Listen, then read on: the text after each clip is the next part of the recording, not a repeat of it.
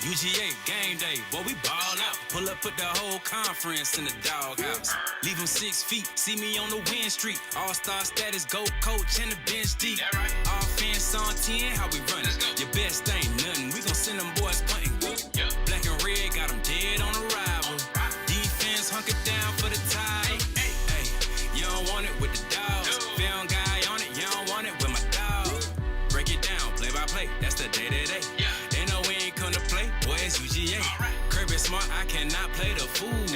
Back to back, we did not come to lose. Back to back, like we got something to prove. Pay your dues, dog nation on the move. What's up? We doing a little bit different around here. We ain't come to play, we ain't come to play. Shut up and grind the tape. The tape, the tape. We ain't come to play, we ain't come to play. Them dogs in your face. Let's grind.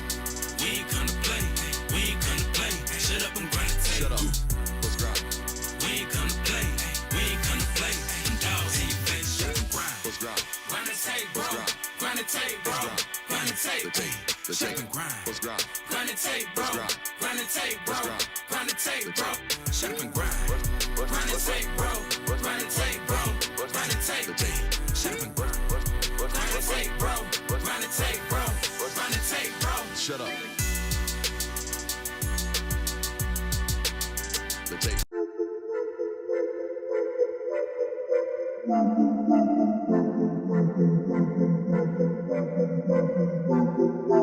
Welcome in, ladies and gentlemen, to MBR, or as we like to call it around here, Nothing But Rants, the show where I find topics that I'm oddly passionate about and I pontificate upon them. These are not hot takes, but rather takes that I'm hot about. What's up? You like that? You really like that?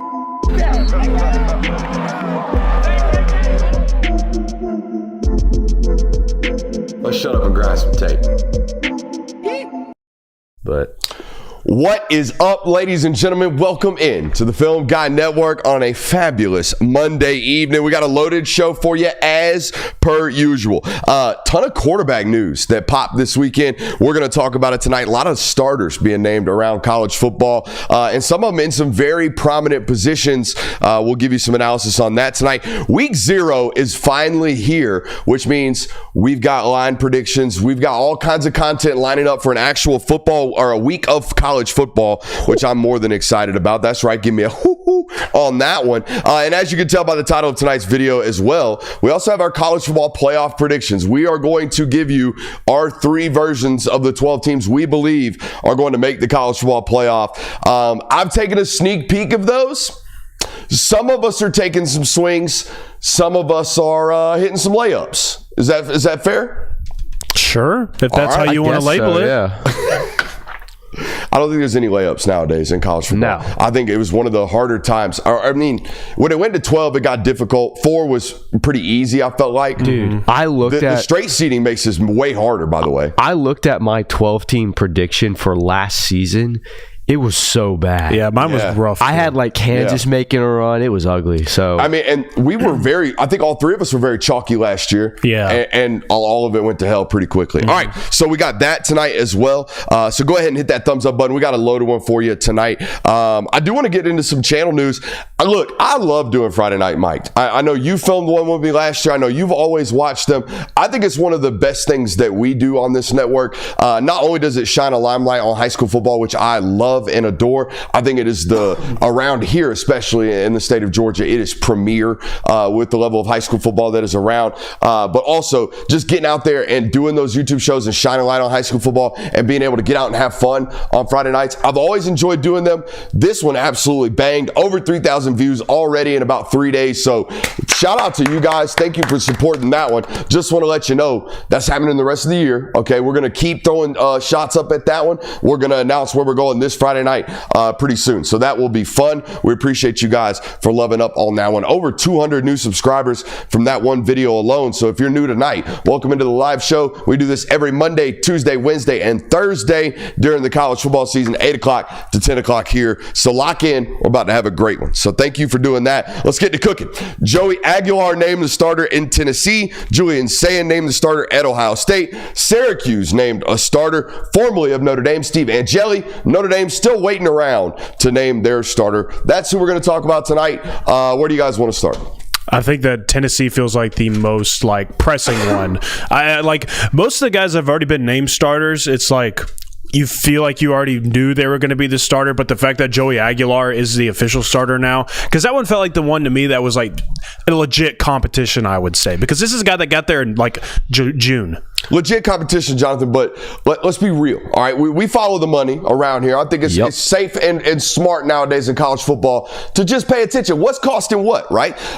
So if you know anything about Tennessee recruiting at the quarterback position, they're all in on Faison Brandon in the 2026 class. They were all in on George McIntyre in the 2024 class. They were all in, on Nico Iamaleava in the 2023 class. Okay, the 2024 class was kind of the Jake Merklinger class, whichever one it was kind of a stopgap quarterback. Okay, if you paid attention to recruiting, if you know anything about it, you would know that Tennessee took Jake Merklinger as he's a good, serviceable backup for us. This is a football player that we know is a 4-star recruit, but we don't ever expect him to play over Nico, and we probably don't expect him to play over George when George gets here. All right, but we love him. He's a great program guy. I expected the $1.2 million transfer to beat that guy out. Oh, sure. Okay, that was my expectations of that. I think Aguilar is a far more talented passer as well, and you will ultimately see that. So I thought I'm not going to say the writing was on the wall. He had to go earn it. But you make these moves and you make these transactions to start the transaction and to see what it ultimately gets you out of it. Well, it's also if you have this narrative of, you lose a guy to the transfer, and we talked about it. UCLA and Tennessee essentially switched quarterbacks and did a trade in college football. If you go through all of that drama and then it ends up that guy doesn't even be the starter for you, one, it's how bad was Joey Aguilar? And two, what did we go through all this trouble for if Jake Merklinger was the guy all along? Absolutely. So let's actually what the Aguilar tape says versus what I think Nico was a year ago. You guys on this network, you especially, if you haven't listened to me before, you might not know my stance on Nico's performance last year. I thought there was a lot left to be desired with the performance at the quarterback position that Nico put on last year, okay? Through 13, 14 starts, I did not see a football player that competed from within the pocket. He was an ultra competitor with the ball in his hands. He was a great athlete. He ran the ball really, really competitively. He played his heart out. There's no doubt about it. But from a pocket standpoint, reading your progressions, giving your guys real opportunities to win downfield, he didn't do much of it, okay? And look, Tennessee's wide receiver core is not great last year. They're not going to be world beaters this year, to be honest with you. But they were not good driving the ball down the field last year. I didn't think they were very good at the quarterback position last year, outside of him being a good athlete, like I said. I think this has an opportunity to be a slight improvement from a strictly from the pocket passing standpoint. Now, will Joey be able to bail them out with his legs like I think they're going to need a little bit this year because they don't have Dylan Sampson? No, that concerns me. But they are a much better passing football team this year, in my opinion, with this guy at quarterback. Yeah, I mean, at the very least, what you're getting with Joey Aguilar is that this guy is going to compete within the pocket. This guy is going to take the deep shots. Like, even if the deep shots aren't necessarily open, this guy's going to throw them because that's the type of competitor that he is. So you're going to hit more of those deep shots. You might have some more turnovers from him, but I think you kind of take that with being a more explosive offense because when Tennessee is at their best, it's when they're explosive in the passing game. Therefore, the run game is also going to succeed as well. Yeah, I mean, having the supplemental passing game is really essentially what makes a Tennessee offense go. We've talked about before, if you can't run the football, they're not going to be able to pass the football. The same goes for that. They could not connect on their deep shots last year, and I think a lot of it was, like you said, Nico Iamaleava probably had a lot of PTSD just from that offensive line last season. So, and I don't think he was necessarily always going to be willing to be a pocket passer. That game he started against Iowa, that was one of the first instances where everyone was like, oh, I'm buying the Nico stock. The majority of his scores and big plays were rushing yards in that game. So I think the writing was always on the wall that Nico was necessarily not comfortable staying in the pocket and going and staying and being a true passer. So, and this kid, I mean, to a fault almost. Yeah. This guy is going to compete from within the pocket. He's going to give guys chances downfield. Now, it's all no different than with Nico. If he were the quarterback, to me, it's all about how much their weapons around him progress, right? We've talked about it all offseason. What does Mike Matthews do this year for this football team? How much better has he gotten? How much more ready has he gotten to actually play? We saw it. I mean, we're busting assignments in a college football playoff game today on film, in the film study. We can't be doing that. All right, that's not acceptable. 14 games into a redshirt or a freshman season. I know we're a true freshman last year, but we got to be better than that. And he's got to be explosive for them this year. Chris Brazzell, no doubt about that. Braylon Staley looks like a promising young wide receiver, and a couple of freshmen that look pretty good as well. And Travis Smith, and I forget the other young man's name, but they need a lot out of that unit. Whole lot. I mean, I love Kitzelman, the tight end. I love what they do with him. I know their run game is going to be good, but this passing department is lacking for weapons.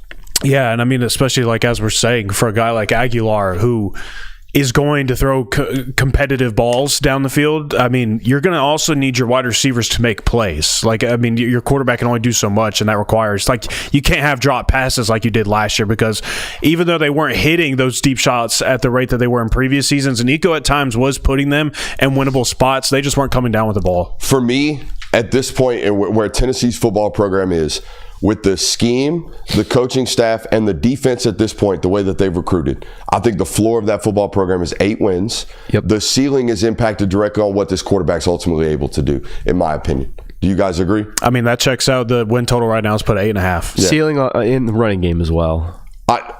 Kirby, I think as long as Josh Heupel is there, they're going to be able to run the rock. You think so? They were so one-dimensional last year and still led the league in rushing. Yeah, but they had Dylan Sampson. I'm well aware. I think the box by nature is going to be so light for these guys that they're always going to be able to run the ball. Whether or not they're 35, 36, 37 points per game good, though, and good enough to win a national title, right, or even win a conference, like that's all dependent upon how explosive they are in the passing game the remainder of time. They're always going to be able to run the ball, though. But it will be interesting, like as you mentioned, like Florida, when they played Tennessee, had no fear of what Tennessee was trying to do in the passing game. Like, had no fear whatsoever. They're like, we'll just stop the run, and that's how we'll beat you. Like, that's how we're going to try and beat you today. So it could be interesting to see if other programs adapt that this year. Now, obviously, Joey Aguilar could fix that issue, and he could force teams to not be able to play that way. But Florida certainly was like, no, we're not going to try and play this the way that we think we have to. I thought they played. I was surprised they were the only school really on tape to do that to them, because I understood the method. It's like, even if we do get beat right now, this quarterback is not hitting it. Mm-hmm. Like, this quarterback is not hitting wide open wide receivers downfield. And even if he does, like,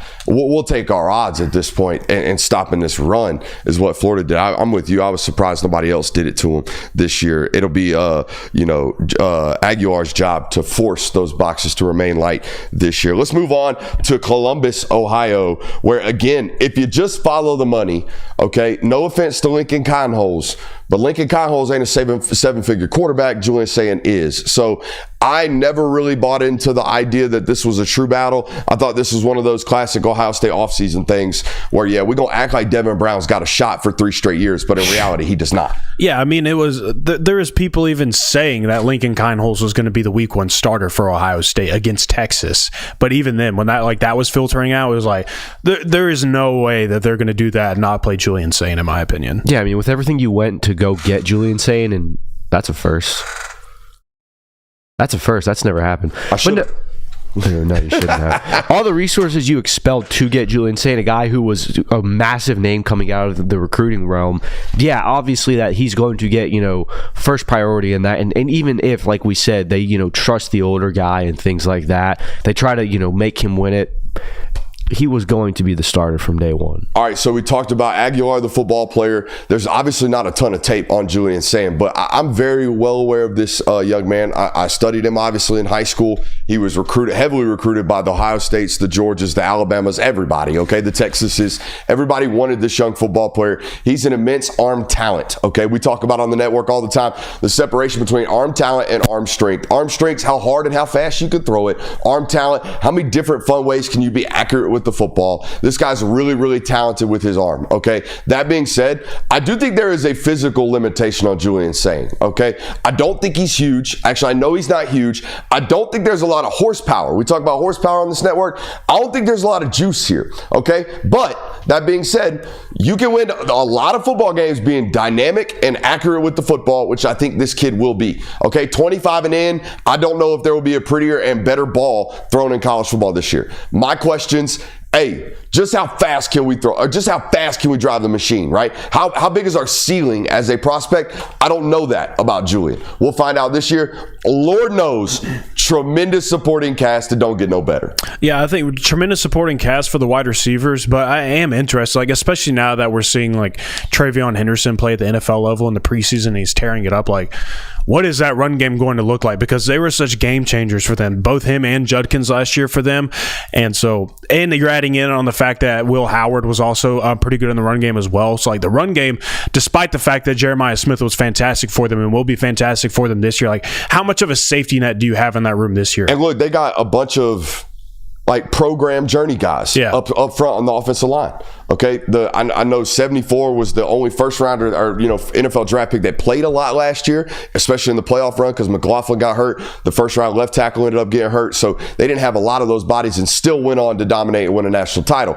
That being said, they don't have, like you said, the backs that they had last year. So we'll see most importantly, they don't have Chip Kelly, who I felt like last year was, when I studied coordinators, I don't think there was a coordinator doing more for his run game last year than what Chip Kelly did for Ohio State. That's me. Okay, that's how I feel about the film that I watched. So there's a reason Las Vegas gave the dude $6 million a year or whatever the hell it was. All right, that guy's good at what he does. So we'll see. I think there's a lot of questions, in my opinion, about what Brian Hartline will be, right? A lot of questions about the running back room, as you mentioned, and change with the OC. So we'll see. It's a great situation other than that, though.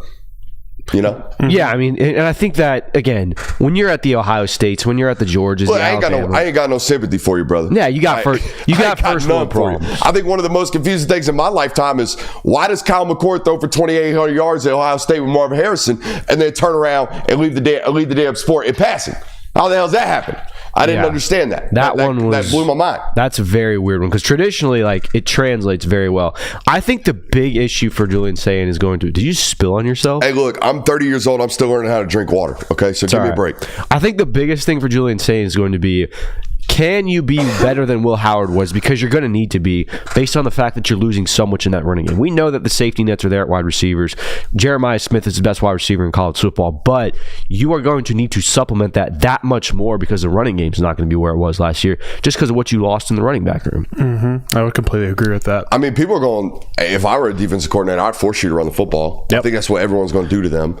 Despite what we're talking about today with the quarterback, it's all about how well they can run the ball against light boxes. Because ain't no way I'd play heavy box against Ohio State. Ain't no way I'd be outnumbered outside against those freaks. No. We talked about it. We're going to show you. I think the scariest thing about what people do to Jeremiah Smith is everybody plays off of him. I'm not a corner, never have been, obviously. Look at me. But I'd wet down my leg. I would wet down my leg if I were 9 yards off the ball and Jeremiah Smith got to run at me full speed at 6'3", 205 pounds and not know where he's going. I would be terrified. So I would bump and run that guy and then leave a safety over the top of him. We just leave two guys over there the whole time. That's it. Yeah, I mean, the worst thing you could do against Jeremiah Smith, in my opinion, is get your cornerback just frozen. Like, not knowing what to do. Like, get to a point. Just doing this at 9 yards going, I hope he don't run by me. Woo, there he goes. So I think that just get him in a place where you can get hands-on early and then know, I've got a safety net behind me. I got help. I'm going to be okay. If he stops, we're in luck. Just get him on the ground. But if he keeps running, we got somebody over there. Yeah. I agree with that. But, I mean, it gets to a point where you can't do anything right. Like, you just can't do anything against Other than, like I said, if I were playing Ohio State this year, wherever he's at, just Even if I just I play 9 on 10 the rest of the field, it's fine. I'm okay with it. Yeah, I mean, that is until he torches your corner and press man, and all of a sudden. No. The safety's standing over the top of him.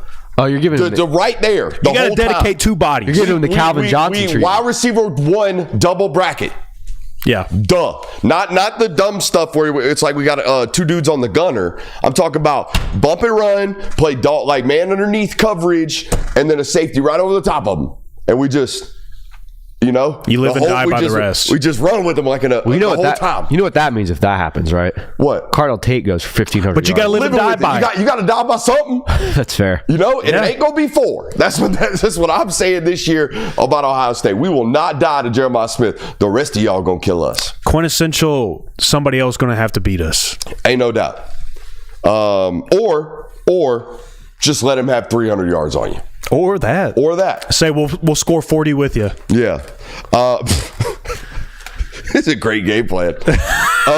We gonna score 40 today. We're gonna let them score 38. We just figured out how to stop Ohio State. All right. Steve Angeli, the starter out there at Syracuse. Don't know much about the Jelly Man.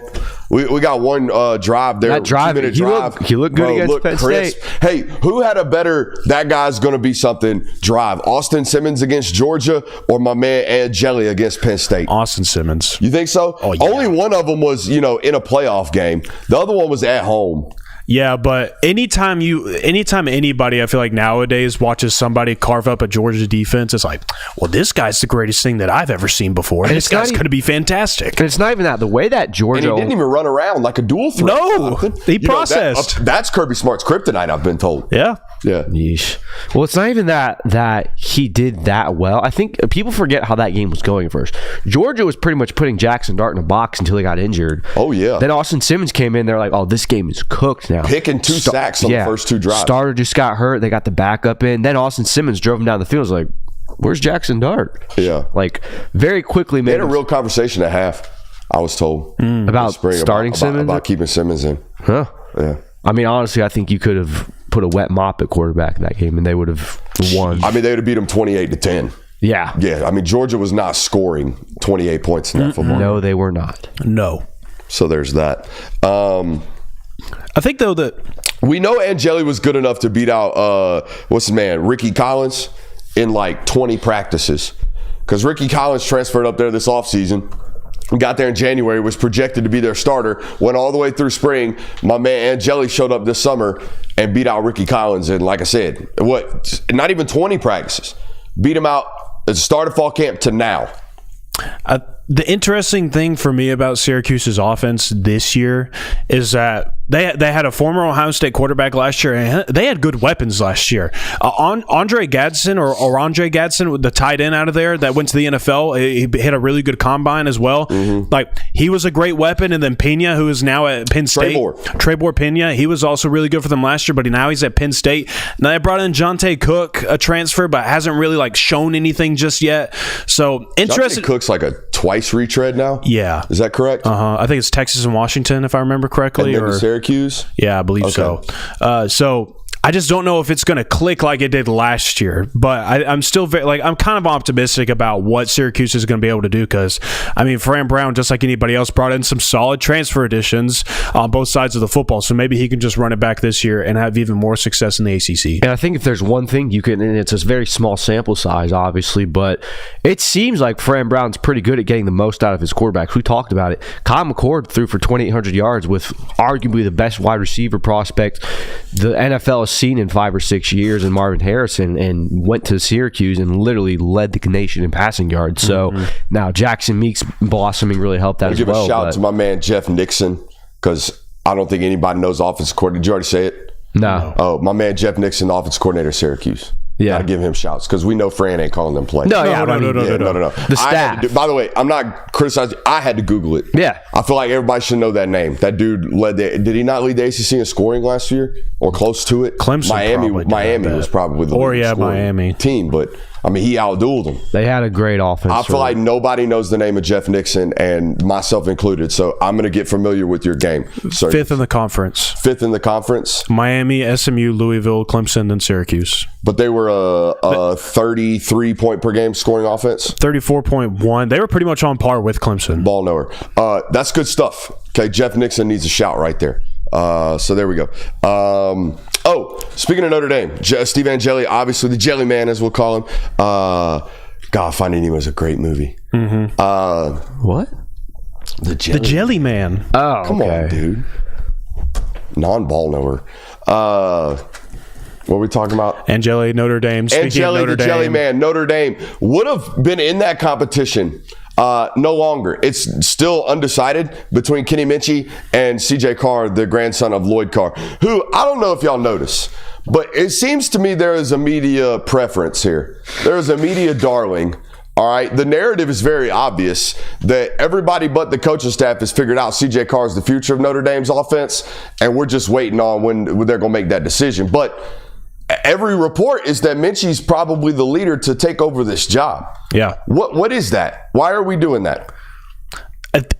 Maybe it's optics, I guess. I mean, I'm reading ESPN. It's like, CJ Carr, future of Notre Dame football. CJ Carr, guaranteed higher Heisman odds right now than my man Minchie. What's going on there? What are we doing? Just because of the name? It's got to be optics. I think it's partially because if you know who you're leaning towards being the starter, and it is Minchie, but you also think that there's a lot of promise of CJ Carr. One, you want to make sure that CJ Carr knows that he is a future at this program and that they're bought into him still, even if he isn't named the starter. And two, you want your fan base to know that as well and let them know that it's okay. Like, hey, we think the world of this CJ Carr guy, but Minchie is going to be the one that's a starter, so that should tell you something about what we think of Minchie if he's going to be the starter this year. So I think it's partially optics and just like making sure everybody is good. Like you don't get a bad rap for this. I think it's also, like you said, media darlings. People, pay attention and build up more names that they recognize. Let's look at the University of Texas, for example. Yeah. No need more to be said. That's a bar. I was watching their offense today, and we got a film study coming up tomorrow on Notre Dame's running backs. They got a lot of shoes to fill this quarterback room from I'll die about this standpoint. When I watch Riley Leonard, dude, there is no human being that has played football, the quarterback position, more over the last 3 or 4 years of college football that connotes I'm willing to die today for my teammates than Riley Leonard. And you watch it on film, it's invigorating. I know it would be. For 19 to 23-year-old young men watching what Riley Leonard did every single Saturday for that offense last year, I guarantee you it made everyone else play harder. They got a lot of room or a lot of growth that needs to happen there. Or else it's just Jeremiah Love, who plays tough. But again, we're not giving him 30 touches a game, guys. So there's a lot of shoes to fill. You watched the clips I showed you today. Riley Leonard's willing to die. I mean, he's shown it on the NFL field, too. I mean, this past weekend, he shrugged off 2 defensive linemen like it was nothing and picked up 8 yards when it probably should have been a 2-yard gain. I mean, hell, just go watch that first Natty drive. Yeah, that was literally one of the most incredible drives I've ever seen. And you guys know, because you've played sports, seeing somebody like that on film, I can't tell you what it does for the offensive line. The defensive backs, I can't tell you what it does for those people. Okay, they just play much harder. When the face of our program is that physically tough, that visibly tough, it does so much for everybody around you. So, and it's a very, very, very college-y thing. That don't work in pro ball. Mm-hmm. I ain't gonna risk my life more because you want to risk your millions. Yeah. That's fine. I ain't doing it for me. You want to put the $100 million on the line. That's cool. I ain't doing it. That type of stuff. But in college, man, that gets it going. All right, week 0 is here. Week 0 is here, which means we've got Guess the Lions. Now, Kirby, I ain't even looked at it. I know how Iowa State plays Kansas State this week, and that's the big football game. Is that correct? Yep. Yes. Well, I don't know nothing about nothing that's going on week 0, and I did that on purpose, so there ain't no competitive advantage. Did you trap yourself in a closet as well with this? I made myself known to what games we were going on. I asked Jay what are the ones we're going to learn lines on, but I didn't look at lines. I didn't do anything like that. Okay. We'll find out because there's some crazy matchups on this list, and if you're nailing these, There's something fishy going on. All right. Or you need to call the number. I mean, it is Michael Jordan flu game for the Brody tonight, so I think I got a We got slight two of them advantage going, here. apparently. Huh? Or I guess you I'm bouncing back. Well, okay, good. yeah. It's just a voice thing for me. Yeah, apparently I sound like shit. Yeah. Sorry. It's all right though. We're still showing up, balling out. It's college football season. No doubt. No sick days, no vacation. All right, first one. We'll just go ahead and go with the headliner of the weekend. We'll go ahead and get this one out of the way. Kansas State versus Iowa State across the pond. Who's the favorite? How much is it? Who's going first? Am I going first? You got it, bro. All right. Obviously, I think Kansas State's probably going to be favored in this. I think that people are kind of high on Kansas State making a run in the Big 12 this year, despite the fact that Iowa State actually played in that game. I'll go Kansas State minus 4.5. I think that's a pretty fair line. I think by a touchdown will be the end result of that, but Kansas State minus 3.5. You said minus 3.5? Yep. It is minus 3.5. Brooks takes the first point. All right, here's another football game That's a people believe in Rocco Beck thing right there. That would be people believe in Avery Johnson thing. Well, I know he's the favorite, but not as large as what he was. I see what you're saying now. Okay. I think the betting fan is like, Iowa State, Rocco Returning Beck, quarterback. Yeah, I see what Matt you're saying now. Campbell Yeah, doing the thing. for sure. All right, number 2. This game has at least a football program that you know somewhat about. You at least have some of an idea of like what you could expect in this football game. It's Kansas versus Fresno State. Kansas minus 16.5. All right. I'm going to pull the Brooks method here. I'm going 15.5. And that method works for you because it is Like Kansas 13.5? minus 13.5. Yeah. Huh. Kansas is going to be. Kansas. I'll let you do that. Kansas gonna be boo boo this year? No. Is that what you were about to say? I was not going to say that. I was going to say the opposite. Yeah. I'm not. So. I'm not doing that. I got burnt last year. Forgive me for not knowing Fresno State as well as I should. Is Fresno State like that this year? I have no idea. It's a I don't good question. believe so. I think Kansas lost too much. Outside of course, they returned Jalen Daniels, but Devin Neal not being there anymore. They lost 2 starting cornerbacks on defense as well. Yeah, Kobe Bryant and what was the other kid's name? I can't remember his name, but I just think the loss is and they were just okay last year with those football players. Knotted up 1-1. What do you got for me? All right, the third game, Hawaii versus Stanford. Oh, Hawaii was it's bad. a 10:30 start. I would imagine so. It's got to be that late night, week 0 for the Fiends. How much did you miss this? Yeah, for real. How much did you miss this? Is this out in Hawaii? I think it is at Stanford. I think it's at Hawaii. It is at Hawaii. I think they're still playing at the high school stadium. We got a 7:30 kick. Yeah, I don't think that thing's built yet though. So we got a sunset kick out there in Hawaii at the local high school. Give me Stanford. Wait, you're first. These teams were bad last year, man. Yeah. Very bad. Yeah, understatement. Traveling to Hawaii sucks. I don't know if you've ever done it. Hey, wait, didn't Stanford fire their head coach mid-spring? Yeah, I think you're right. Yes. We love that too. Andrew Luck said, "This ain't gonna Andrew cut Luck it, said, bro." "Don't worry, I'm running scout team quarterback." I mean, honestly, that's a good scout team That's quarterback. a great scout team quarterback. He probably dialed out there. Here's what I'm gonna say: traveling to Hawaii is hard. That's a long flight. They're in Cali though. Still, Yeah, that's like a 3-hour flight from Cali. no, It's not that close. it's not that close. It's still a poke. Really? Yes. How long? 6? It's around that, isn't it? It's about that, yeah. Really? It's a Yeah. long flight. Anyways, I'm going to go. There's not going to be much home field advantage, but just based on travel and the fact that both teams were very bad last year, I think this is like Hawaii minus a half Do you a think point. there's a home field advantage to we're really out here playing in a high school stadium? I'm sure. Like the other team showing up flat because you're playing in a high school stadium? The environment's so off. Yeah, just like this is dead. This does not feel normal. What? And then you just go out there and like you don't even put your drip on because you're like, we're out here now. You know what I'm a saying? D1 Nobody athlete, and this is where we at. Yeah, this is what we're doing. Do you think they get a home field advantage from that? But I mean, you Stanford might. probably plays in a lot of dead environments. This is true. Stanford's also like, damn, where's all the people at? What'd you say? I'm still going Hawaii minus half a point. Wow. Give me Stanford minus half a point. It is Hawaii minus 2.5. What? Whoa. Hawaii minus 2.5. We are more bullish on the Bows than we are the Cardinals? The Bows. Stanford's We're more bullish on the Rainbows to start 2025 than a Stanford Cardinal football team. My, how they have fallen. Stanford's going to be bad this year, dude. Good God, Lord. man. That's awful. Yeah. They got to get out of the ACC. Yeah, I mean, if you watched any Stanford football last year, it was just, can Ashton Daniels be great today? Or the number 13, the wide receiver that Yes. they had. Him. Yes. That was it. If those two That's were tough. going, then they were going to at least be in the football game. But if not, it was going to be a rough showing for them. All right. Christian has a lead 2-1. We're on game number 4. We got UNLV versus Idaho State. All right. Can someone explain to me the bullishness on UNLV? Dan It's Mullen. a lot of familiar names. Dan Mullen. I think it's more that. And by the way, Familiar names. No, it's Dan. That's the only familiar name. No, they have familiar names on the roster, too. They did get a couple of They transfers. got a bunch of transfers. Alex Orji's a starting that quarterback. didn't work elsewhere is what I was going to finish with right there. Yeah. Yeah. But it's familiar names. It's just weird to me. It's like everyone's bullish on you. I mean, I saw you. I think you predicted them to win 10 games this year Yeah. because No, Dan I said Mullen? it's either going to be them or Toledo representing the playoff for the group of 5. Because of Dan Mullen.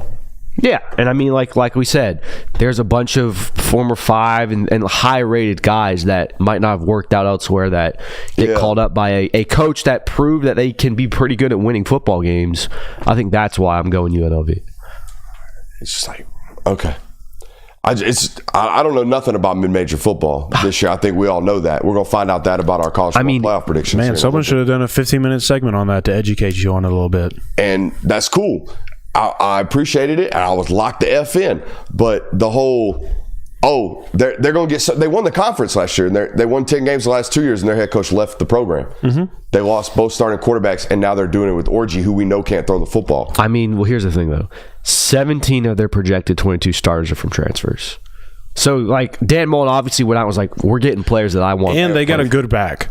All right, and we trust Dan to band those randos together and really patch it together and just do a marvelously good coaching job in 9 months, fresh off of being on TV for the last 4. If he wants to get back to coaching in the SEC or something like that, then yes. Okay. He'll put his life on the line for It just seems to me that everybody's doing it because we actually know that head coach, and that's the only reason we're doing it. I mean, And it's that's not- very much probably a case. But it's not like that's, it's not like Dabo Sweeney's out there coaching UNLV. It's Dan Mullen. I mean, this is a guy who took over 2 programs that were in shambles and made them competitive in the SEC. This is true. So it's not like it's like, Dan Mullen I sucks. guess it only went bad at Florida because he kicked his feet up. Yeah. You know? And the He's like, shoot I'm throw. done. The shoot throw cursed him. The shoot throw definitely cursed him, but it was the kicking of the feet up that actually got him. Yeah, on the trail. Yeah, on the recruiting trail. And maybe you can just get new transfers in there. But we also know, because we read, and not a lot of people do, we also know that they might not be able to fund the rest of his contract out because they're really pinned up on finances at UNLV. Bro, that's what slot machines are for. You're right. Big So facts. there's So that. what's your projection here? Reminder, it's UNLV versus Idaho State. UNLV minus 16. I'll go UNLV minus 8.5. Oh, Brooks wins this one. UNLV minus 25.5. Oh, See what I mean? 25.5. wow. All right. We're all tied up I guess going I into didn't the realize final how game. bad Idaho State is. Or, well, we don't know, but we'll find out. The final game. Sam Houston at Western Kentucky. God. Don't do that. It's college football, baby. We got it. I'm not. You're going to mainline that football. Don't God that. Oh, I'm gonna watch it. It's more just like trying to pretend like I know. I forgot the 2 teams he even mentioned already, Yeah, but I trying would to- say Western Kentucky minus 3.5. I'll go Western Kentucky minus 4.5. Kirby takes the dub. It is Western Kentucky minus 9.5. And look, if you aren't dual screening Sam Houston versus Western Kentucky and Stanford versus Hawaii this weekend, you didn't miss football. You don't love college football. Look, it doesn't mean that much. I'm gonna watch the games. I'm not gonna pretend like I know anything about the games. I before don't they expect you to played do them. that, but just do it with a smile on your face. What if you tuned in one day and we were just locked the F in on Sam Houston's roster? You know what I mean? If we were just out here doing like a full-on 12-minute segment on wins and losses on Sam Houston football. Let's do it right now. I'm just kidding. Just go scout the whole roster. Just scout the whole roster. Who All do right. you like? We got a good segment coming up right here. It is college football playoff predictions time. We are headed to the board one by one. I think this is going to be cool. Not only are you going to see our individual, picks and stuff, but you're also going to see our own individual levels of creativity. All right, how good some of us are at graphic design and how some of us aren't. So let's go to the board and let's take a look at this. Who do you think he was talking about? Not me. Dude, I use PowerPoint for mine. So Use PowerPoint? yeah, I just made it all from scratch. So Epic Pen, he needs to write rankings. oh, I need Epic Pen. Well, you got to write the rankings on there. Oh, actually, Jay, will you hand me that sheet real quick? You got it. There's too many wires. I don't need no rankings on here. I got it. By the way, how's the mic sound? This is my first time hooking up the lab completely and doing it all by myself. You're going good right now. I'll let you know what the feedback is, but all right, so first team I have number 1 in the bracket, and this is solely because I have no earthly clue. They're going to straight seeding this year in the college football playoff, which means that it's not the 4 conferences get the first 4 seeds where SEC wins a championship, you're automatically in the top 4. It's going to be, they actually go through and rank the top 4. So I had a hell of a time doing this. I went ahead and put Texas at the 1. Just because, why not? They're number 1 in the country right now. Who knows? Were you about to say something? Maybe a different color there. Maybe use black on that white screen. Hey, just touch the bottom left. Yep, hit that black. You're good now. Oh, there we go. 1. There you go. Texas. The Texas Longhorns, number 1. The Ohio State Buckeyes at number 2. You win the national championship last year. I feel like they're going to have a pretty good roster. And on top of all that, the Big Ten, it's going to be Ohio State, Penn State, Oregon, we feel like. I trust Ohio State against those 3 matchups. Number 3, I went Georgia. I feel like people are a little bit down on Georgia this year. Call me biased. I think that what are you laughing at, dude? I shouldn't laugh at this. You have such a supportive father. I'm sitting here, I'm looking at your iPad. He said, you're looking good. You're looking good up on the big board. You're looking good up on the big board. So keep crushing, bro. You're doing great. Bro's phone snooping.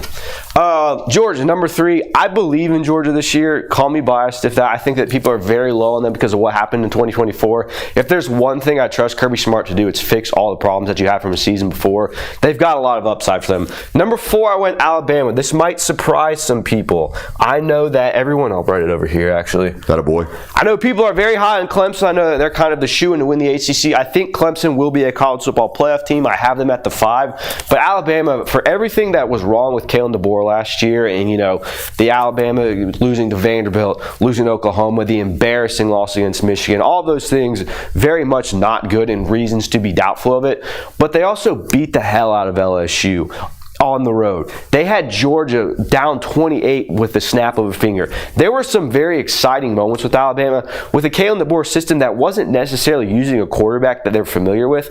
I think that they're going to fix a lot of things and they're going to be a very good team this year. Honestly, on paper, I think they have the best offensive line, defensive line combination in the conference this year. Yeah. That's my opinion of what they got going. I mean, that defense is absolutely loaded. It's going to be a huge problem. Number 5, I went Clemson. And look, you can tell me all the things about how much Clemson is going to run through the ACC. That's fine. I think they're a playoff team. I think 10-2 is absolutely attainable. The problem I have with Clemson is since COVID, they have not gone a season where they haven't either lost to an unranked team or lost by 2 scores. And actually, it's happened in every season, both of those things. So I mean, you think like a 10-2 ACC champ Clemson is what you got going on right there? Yeah, that's what I have going on there. Maybe even 11-1, but they're not going to be 12-0 this year. They're going to slip up somewhere.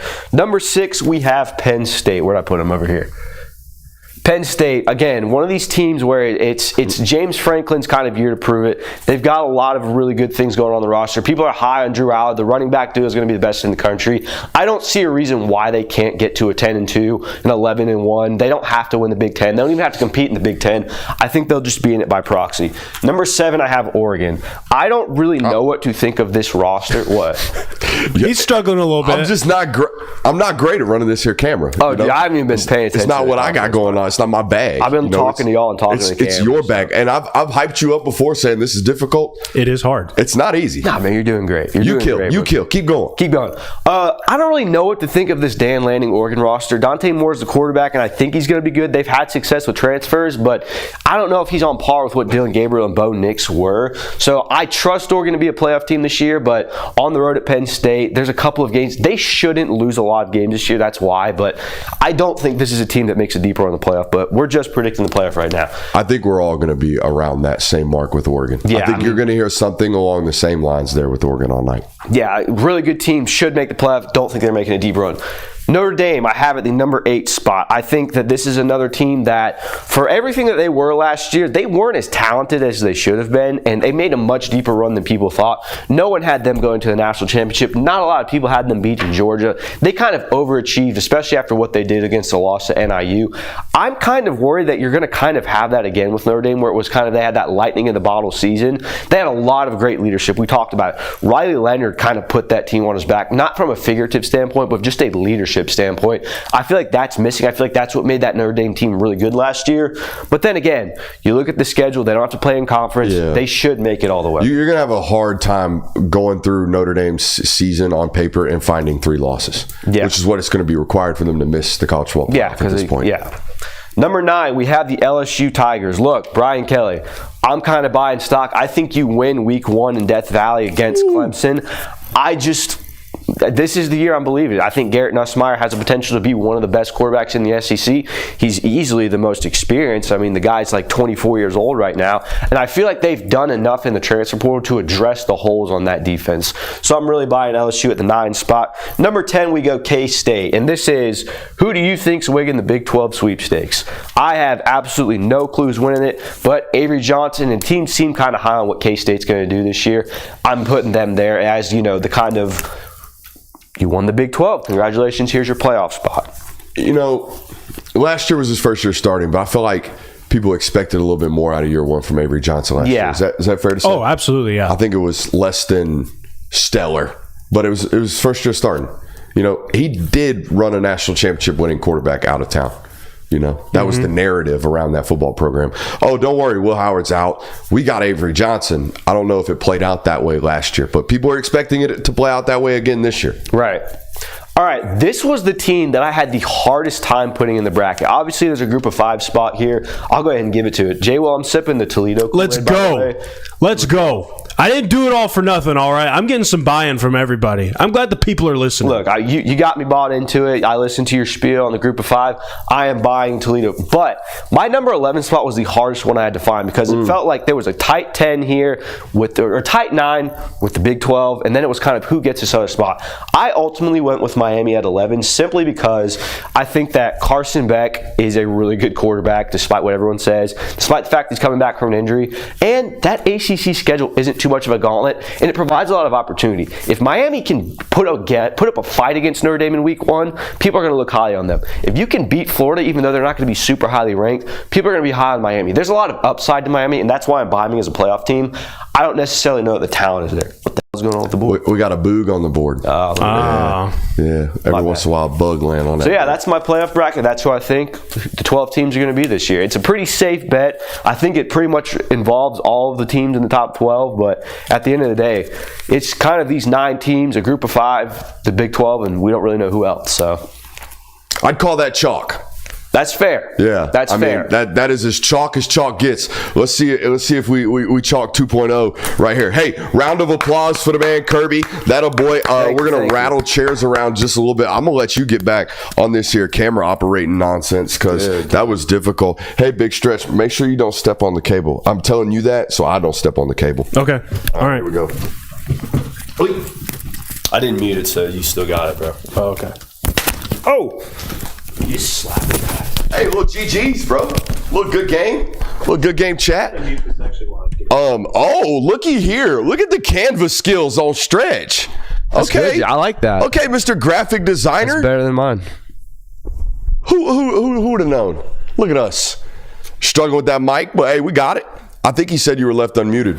No, I muted it because I didn't want people hearing all this tag and whatever. Hey, let's one to your right there. Yeah, hug that board, Stretch. You're a little bit taller than the rest. All right, so I guess since Kirby's was chalked, mine is chalked by definition as well. Well, it is identical. Yeah, team-wise, apparently. We did not, I want to go ahead and say this, we did not share notes or anything. This is just by happenstance. But I do think that our seating is a little different, like I know for a fact. Number 1 for me is the Clemson Tigers, and I wasn't going to put Clemson at number 1 until I started talking with Brooks before the show started, and he was talking about how this team is the most likely to go undefeated and to win the conference, therefore they're the most most likely to be the top seed. I'm in agreement with that.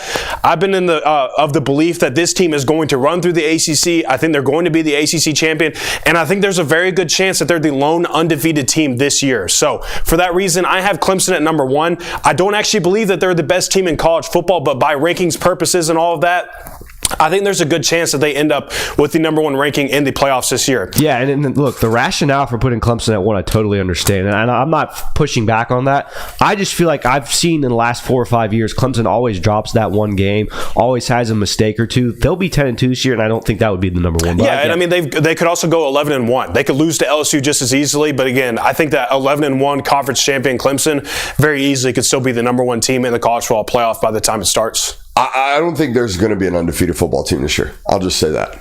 Oh, yeah, absolutely. I'm agreeing with that. I think everyone's just a little bit too flawed. Yeah, I mean, I think it's too balanced. Oregon was a bad knee away from losing to Ohio State last year, and we had no undefeated team. So, makes sense. I mean, the odds-on best. I mean, Oregon's got to win one game.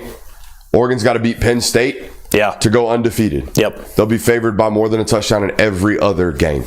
Well, it's funny you bring that up because I have Ohio State at number 2, and that also means that I think that they are also going to win the Big Ten this year. I think that Oregon and Ohio State are the 2 teams that ultimately meet up in the Big Ten championship. I think Oregon is undefeated when they get there, but I think that Ohio State is the team that beats them. Therefore, I have Oregon at 4, and I think it's because they're going to be I have them being undefeated in the conference championship, and so I don't see them sliding that much. Yeah. I think that the playoff committee will just put them at number 4, have Ohio State ahead of them, and they'll call it a day. So I have Ohio State at number 2. And then number 3, I have SEC champion Texas. I've already said that I have Georgia winning the regular season matchup against Texas. Texas then beating them in the SEC championship game. That is why Texas gets the first round bye and is the number 3 seed. They already talked about Oregon. Number 5, I got Georgia. Again, conference champion runner-up. I think that team is more like the SEC runner-up, I think, is going to be the 5 spot. I think that just feels like a safe bet to me. So I have Georgia having another successful season. Might be the most ideal spot. You get a home game against some slappy mid-major. This is my dream. I just want everybody to know that. This is my dream scenario right here. The dream scenario is until they've removed the charity, the fifth spot is always most ideal. You get a slappy at home, and you get to beat the hell out of them. Well, it's not always the most ideal because the group of 5 wasn't even ranked 12th last year. That's true. That's true. This was Clemson in this respect last year. Well, that's because now under the straight seeding. Yes. We really gifted Boise last year because it was like, we have to rank the highest 4 ranked conference champions and give them the first 4 seeds. But correct me if I'm wrong, Boise was ranked higher than Clemson for the last 5 weeks of the season, weren't they not? Boise came in at the 10th overall ranking in the final playoff. That sounds right. And 11, I want to say, was Arizona State. I mean, Clemson wouldn't have been anywhere near the top 10, would they? No, Clemson came in at 12 last year because they had 3 losses. Because they were outside of it going to the conference championship. But they finished 12th because they played Texas round 1. Either way. Again, you're telling me I get to see some Tucker Gleason versus some Georgia Bulldogs in the first round of the college football playoff. I get to cover it. Again, that's dream scenario for me right there. So yeah, spoiler, Toledo, as I predicted already, is going to be representing the G5 in the college football playoff.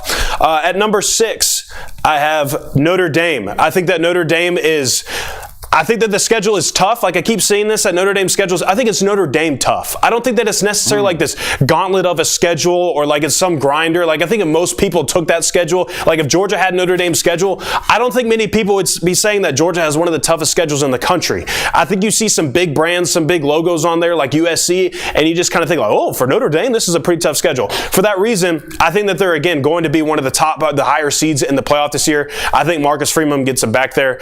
I think it's going to be another disciplined Notre Dame football team because I think that's how you're going to have to play if you're going to be in the playoff if you are Notre Dame. I mean, this schedule is Miami, A&M, and USC. Yeah, like they're going to claim Arkansas as a SEC opponent and hype it up. We know what Arkansas is. Yeah. We know the deal there. So, yeah, I have Notre Dame going to number 6. Penn State, number 7. I've continually said this offseason that I am not as high on Penn State as a lot of other people are. Some people want to claim that they're the number 1 team going into this year. I think they're good. I think they're playoff good going into this year. But I'm just not subscribing to the thought process that Drew Aller is just going to get immensely better this year when we haven't seen it over the past few seasons. We've been waiting and waiting and waiting and waiting. Maybe all the wide receivers that they brought in from the transfer portal are going to help fix it. But I think it's going to be single Singleton and Katron Allen that are really going to be carrying this team, because you had Tyler Warren last year. Who's going to be that this year? I feel like it's way safer to predict that Penn State is regular Penn State. They win the 10 games they're supposed to. They lose the 2 that we expect them to lose. They still get in the playoff. Yeah, and I think that's the safest prediction of their season. And again, that's kind of on line with what they've been under James Franklin, and that's more than enough to get you in the playoff, to which God knows what happens at that point. Yeah, so I think third best Big Ten team, I think 7 seed. Sounds about right for that, in my opinion. Fair. Number 8, I have Alabama, my third best SEC team going into this year. I just like everything that they have there. I do think that they might have some hiccups along the road, but I think that the offense is going to be better. The defense is going to be really solid for them. I think you're going to see Ryan Williams take a leap this year. I think they improved the weapons that they have around him. Running back situation is kind of the only thing that's touch and go right now. Jam Miller already dealing with an injury, going to be missing the first few weeks of the season. But I think that the offense in general, just knowing that Kalen DeBoer has what he wants in that offensive system, I think they're just going to be they're going to be great on both sides of the ball, and I think that's going to get it done in the SEC to get you into the playoff this year. And then I have them matching up against Kansas State, my Big 12 champion. I'm a believer in Avery Johnson having an improvement this year. And it's just a veteran football team. And that's kind of what I'm looking for when I look at the Big 12. I'm just trying to find guys that have been in programs for a long time, who's played the most snaps, who has the most experience in their systems. That's Kansas State. Kansas State has the entire defense, the 2 deep even, the entire roster. It's veteran football players, guys that have been playing at Kansas State for 3 or 4 years. I'm buying into that for them this year. LSU at number 10 for me. I don't really know what to do with LSU this year, because the Garrett Nussmeier hype is there. Everybody loves him right now, but if you go and look at the stats last year, it's not like he just blew it out of the water. He didn't have like a Lenore Sellers type breakout season. He showed some flashes, and there was also some moments like, I don't know if I trust this guy to go into a big game football for me and win it. I think statistically he was explosive enough. The turnovers and the randomness of the turnovers are cause for concern for anybody like yourself, like what you're mentioning. Yeah. I'm in the same boat. There were way too many times last year where Nussmeier makes mistakes that players like Nussmeier shouldn't. Mm-hmm. You're 6'1", you're 214 pounds, you're a lifer, your dad's an NFL offensive coordinator. We can't be rolling left and trying to throw it way back across the field to our right. Yep. That's stuff Anthony Richardson does. That's not stuff that Garrett Nussmeier is supposed to do. Ultimately, for me, though, for LSU, it boils down to the defense. Like, I don't care how great Garrett Nussmeier is. If you don't figure things out on the defensive side of the football, Bryce Baker, it doesn't matter what happens offensively, because we've seen what happens with LSU when you have a great offense, but your defense can't stop anything. You don't make the college football playoff. So I think they're at risk there. That's why I put them at the back end of this, because I think that they're going to be fighting their way into this thing by the end of the season. Like, you're going to have to earn your way into this. Might even have to crawl your way up the rankings to get that final spot. That might be one of the last teams in my opinion. And then at number 11, I also have Miami into the college football playoff. I wanted to put another ACC team in here. Miami just kind of feels like the team that I think will get the job done this year, because I do think Carson Beck is going to look more like he did in 2023 than he did last year. We've talked about it ad nauseum. Like, there were so many issues with Georgia's offense last year, but I think that knowing that this is his final season, knowing that this is his bag year yet again, you could say that last year was, but I think this year is like the official bag year. I think you'll see him kind of just simple things out and just be the plain vanilla Carson Beck that he was, that made him so successful. And I think that the schedule is pretty favorable for them as well, at least the conference schedule. I think that they could be like the last Power 4 team in there. So yeah, I have Miami as my number 11 team. And your Rockets.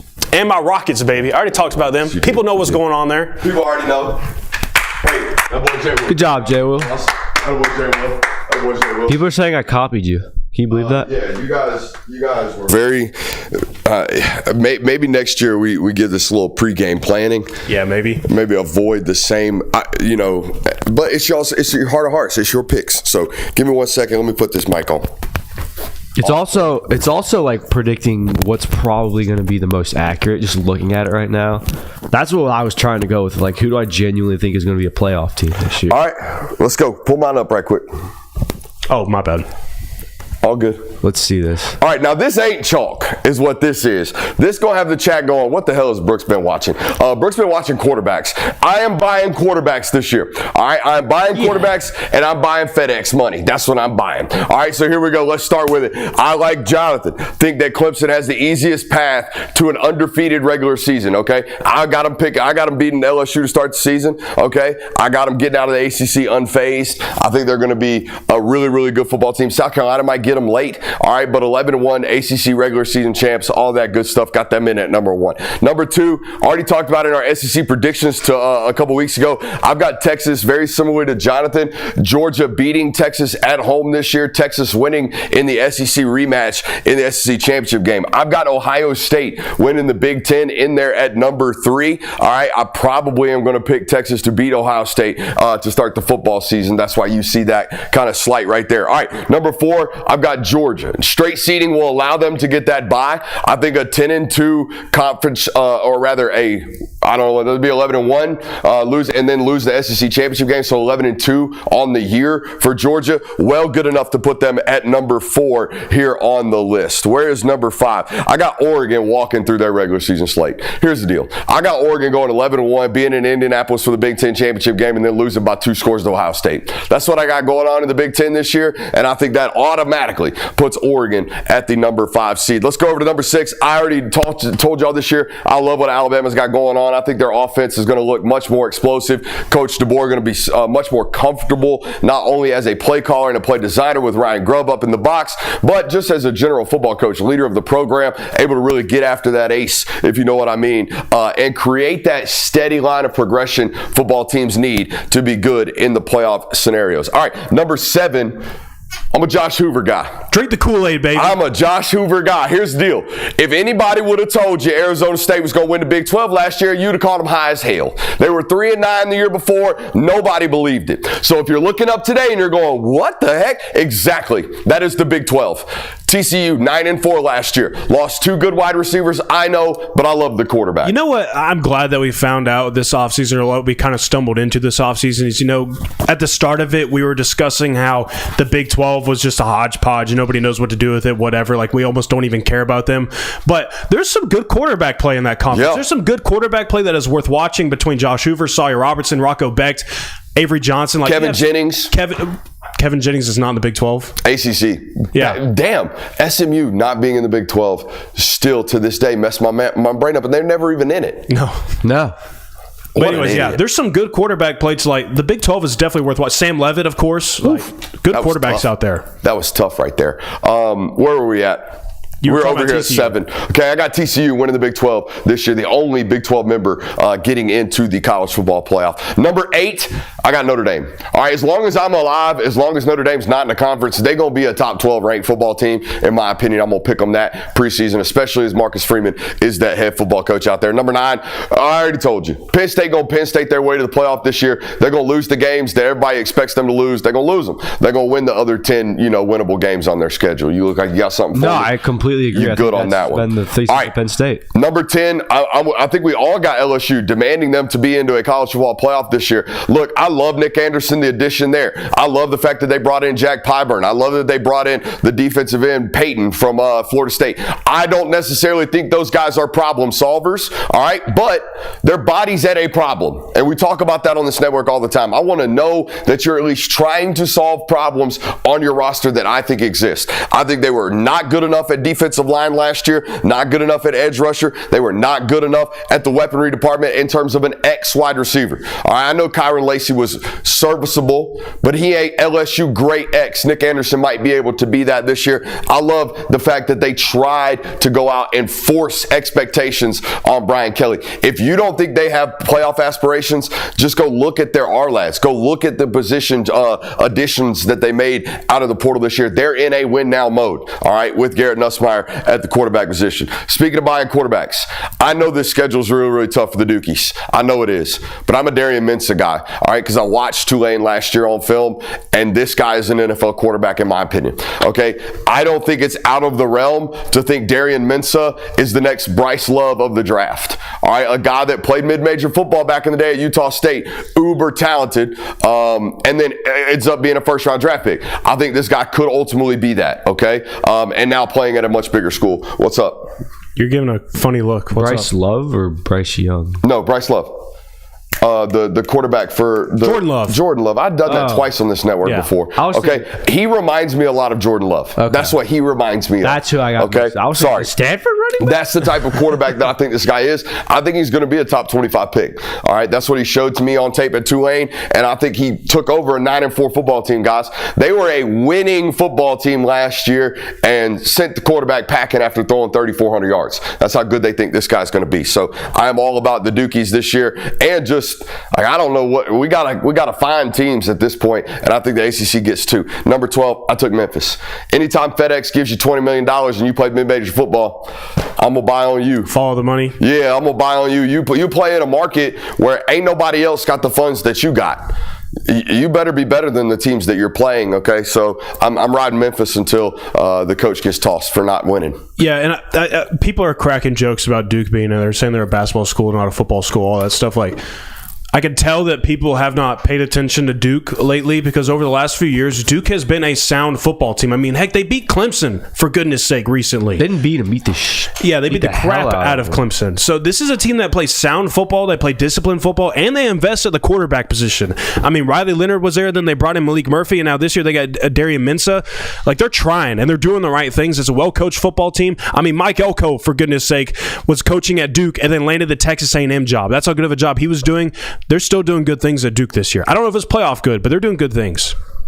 Yeah, I honestly, I don't think your bracket's that far off from ours. I think we all agree, like, the Big 12 is somewhat of an interchangeable one. There's so much volatility there, and I can fathom Duke getting in over Miami. And other than that, we've all got the same teams. So, and Group of Five's a crapshoot. So, when I look at Miami's schedule, and you open the season with that Notre Dame, if they're highly competitive in against Notre Dame, I'm gonna be much more bullish on Miami. But if that's like a 28, if it's bad, what makes you think that football team's getting up off the dirt? That's a great question. Their head coach has to. New. And the head coach has to. That's what gets us. We can't go 7-5. Your head coach, your quarterback, like those guys cannot afford to go 7-5 this year. Correct. So the leaders of your football team, or what you would think are going to be the leaders of your football team. Look, I don't think it's going to be 2-10 FSU bad. No. But if there is anybody in college football right now, preseason top 25, that I say, hey, they could be 2-3 by week 5 and staring at each other like, well, everything we came here for ain't nothing. It's Miami. Like, the first 5 weeks of their schedule is not easy. I'm pretty sure they played Notre Dame, Florida, and Florida State within the first 6 weeks of the season. Yeah, it's all 5 games. That's tough. Yeah. But it's also not undoable. Like, no, it's not. Florida State's not good. Florida, you'll get at home. Notre Dame will get at home. Like, it's a tough 5 slate. Yeah. But it's also like it plays out in the way you want it to. Correct. So, all right. like, I mean, they don't leave the state of Florida till mid-October. Yeah, but they also don't really play home games. True. This is true. So this is true. There's that. All right. That is our college football playoff predictions. We're going to end up picking those out at some point the rest of the week. But we have a whole nother hour coming up right now. We're going to talk that dog on the other side of the break.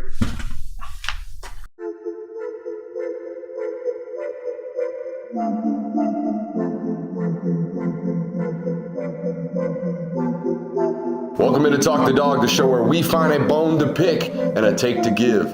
These are not hot takes. These is dog takes. Can I talk that dog? What's up? Really like that. You really like that?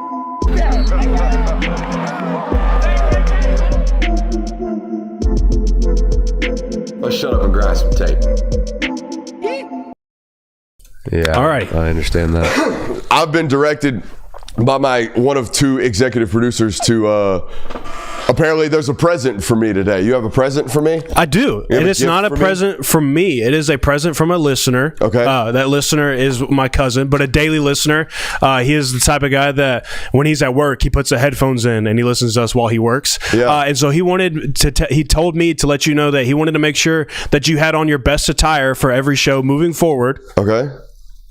So go ahead and join the flip-flop gang because you have been gifted some flip-flops to join us.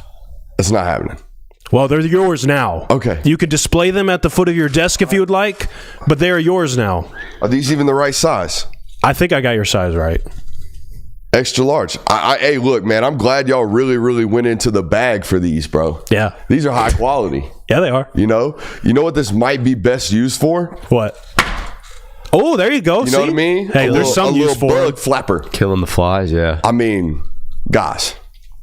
What's buddy's name? Isaac. Thank you, Isaac. Did he tell you to go buy these? No, he bought them. He called bought me these and said, then gave them to you and said, "Here's a gag gift for your boss. I hope it makes him really, really angry."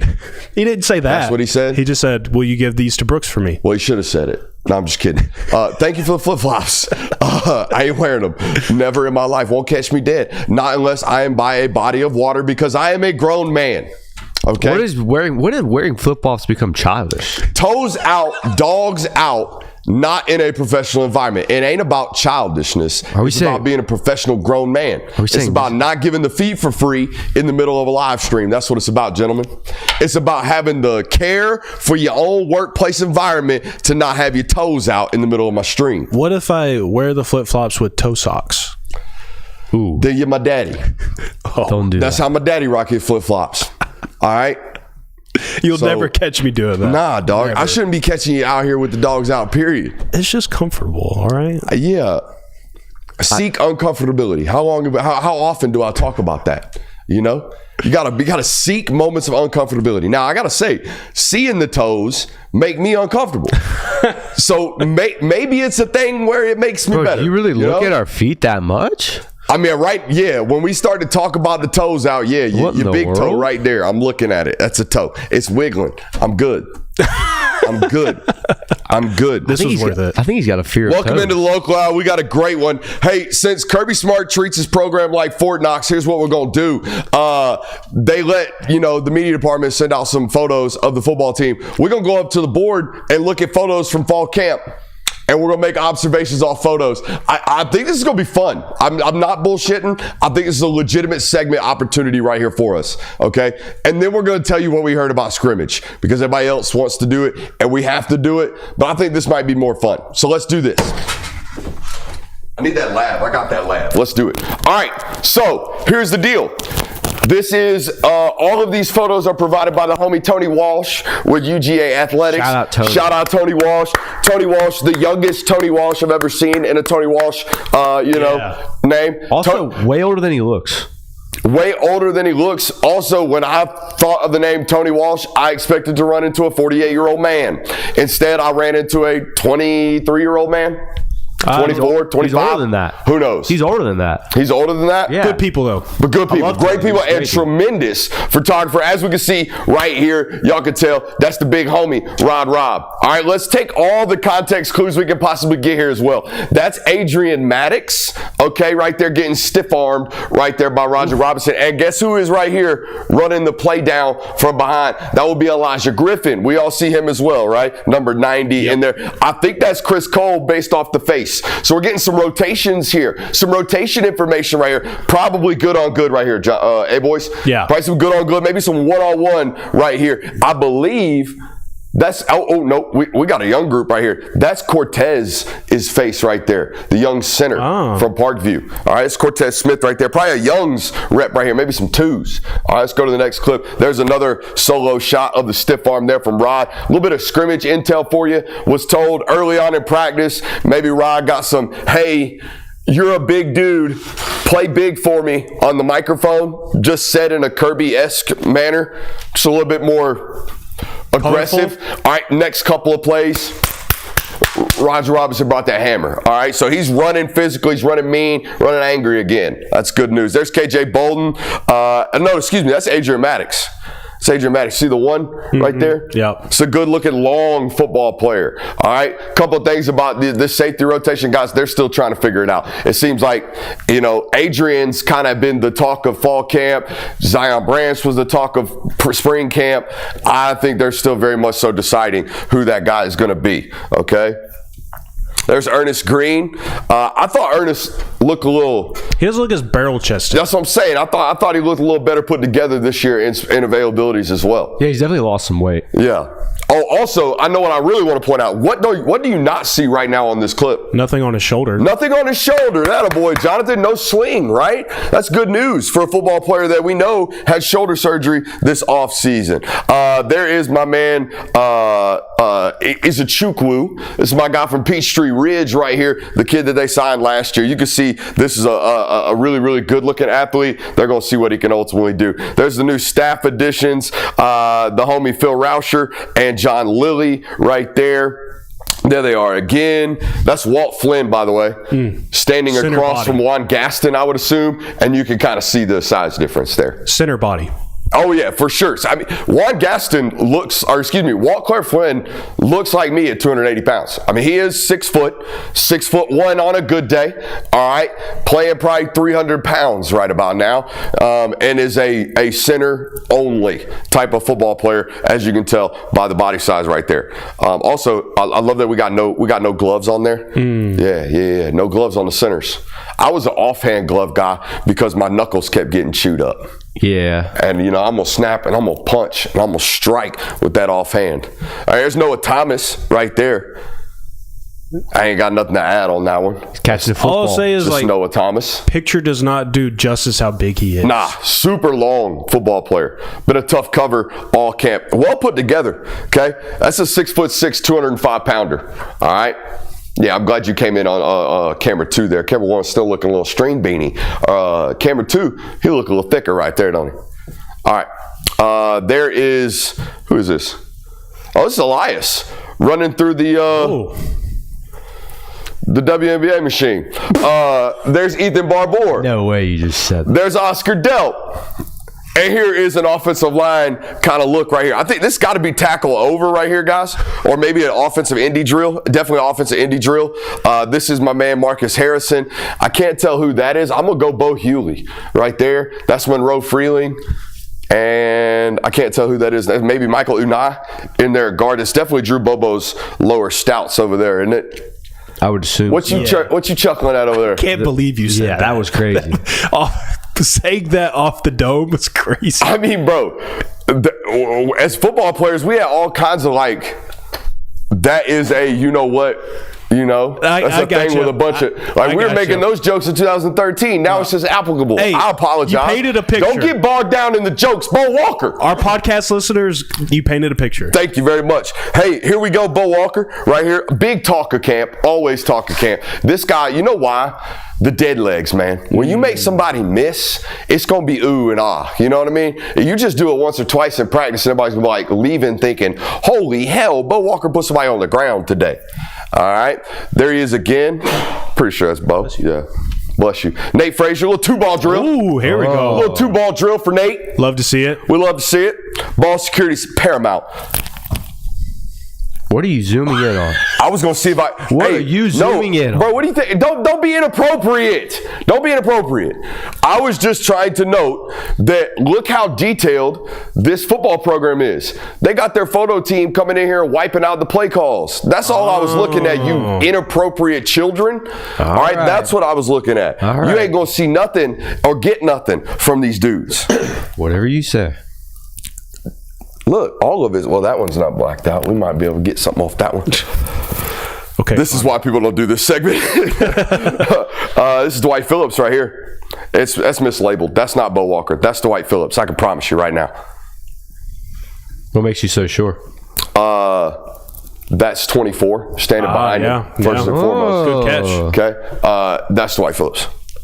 There's the offensive line assistant. There he is again. Ooh, fire, passion, and energy. Blue cap. Fire, passion, and energy. Hey, we haven't had season my guy. Once they get there, we've never had a Georgia my guy. You know what I mean? It's always been a high school thing. I think Drew Bobo is going to be the first ever my guy. I think this year y'all going to get so tired of me being wait till you see this Drew clip.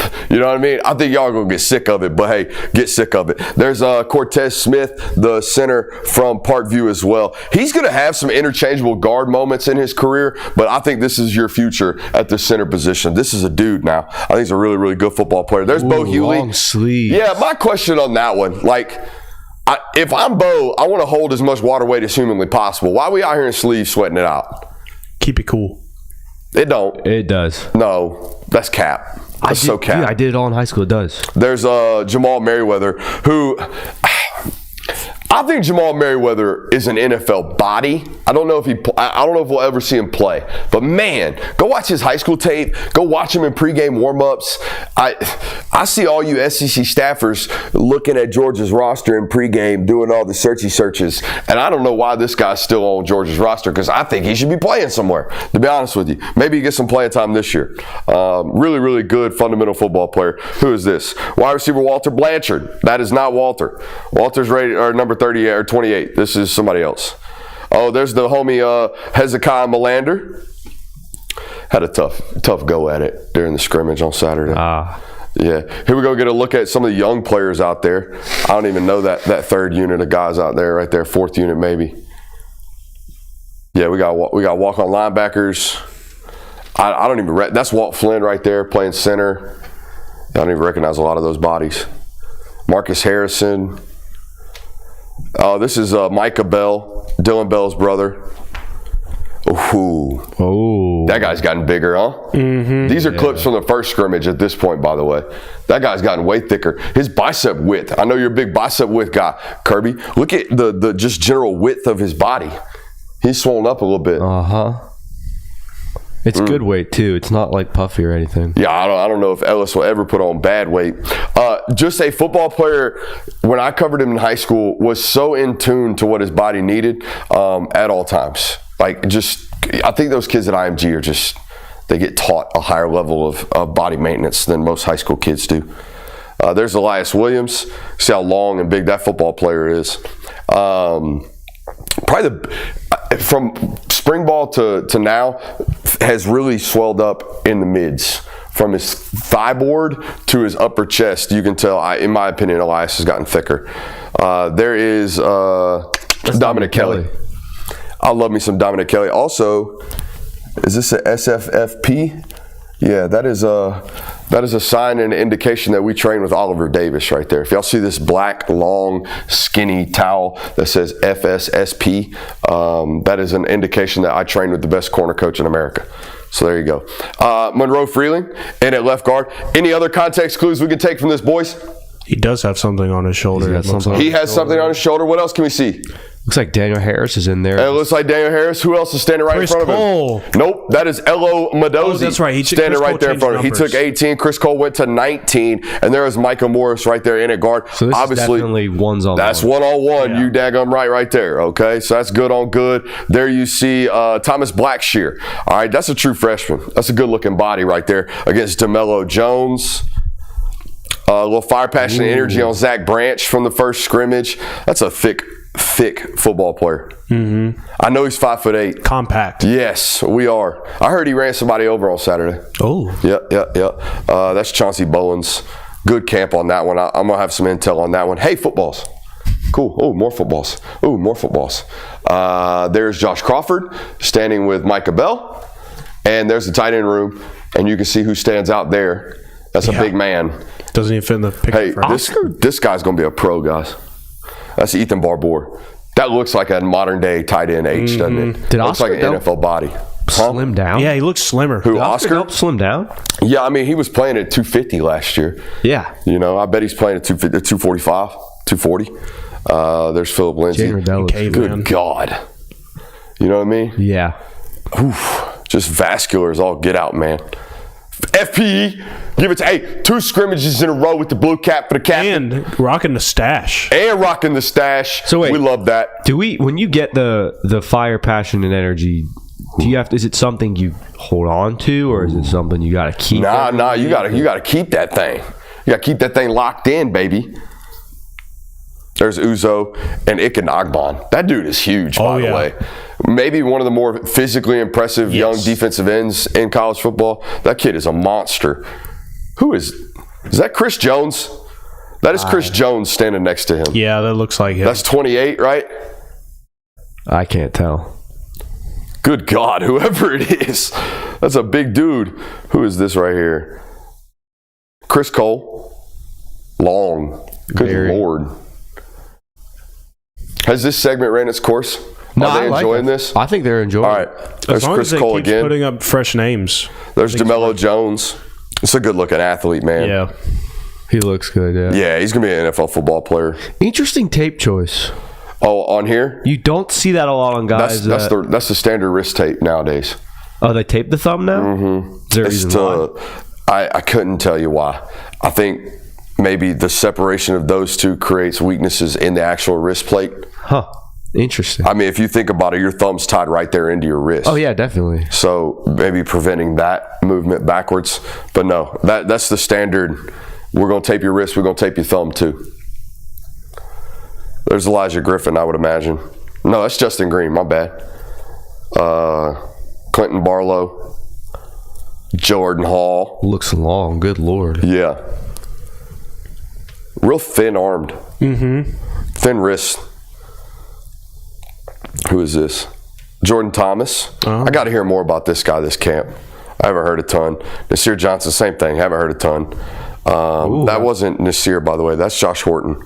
It could be Nasir, but number 88 is Josh Horton, not Nasir Johnson. Nasir Johnson wears 56, right? FPE, That's JJ Hane. That's my man from Germany by Look at way those of eyes, California. dude. Yeah, dude. Hey, they say this kid plays like his hair's on fire. They talked about him in the spring of like, hey, I'm like, whoa, hey, calm down a little bit. You're playing a little bit too hard. You know? London Seymour right there, son of Richard Seymour. Who we got here? that in FP. Looks like their number starts with a 9. That looks like, yeah, is that Chris Cole? He looks too thick to be Chris yeah, Cole. he does. That's JJ Hane, Oh.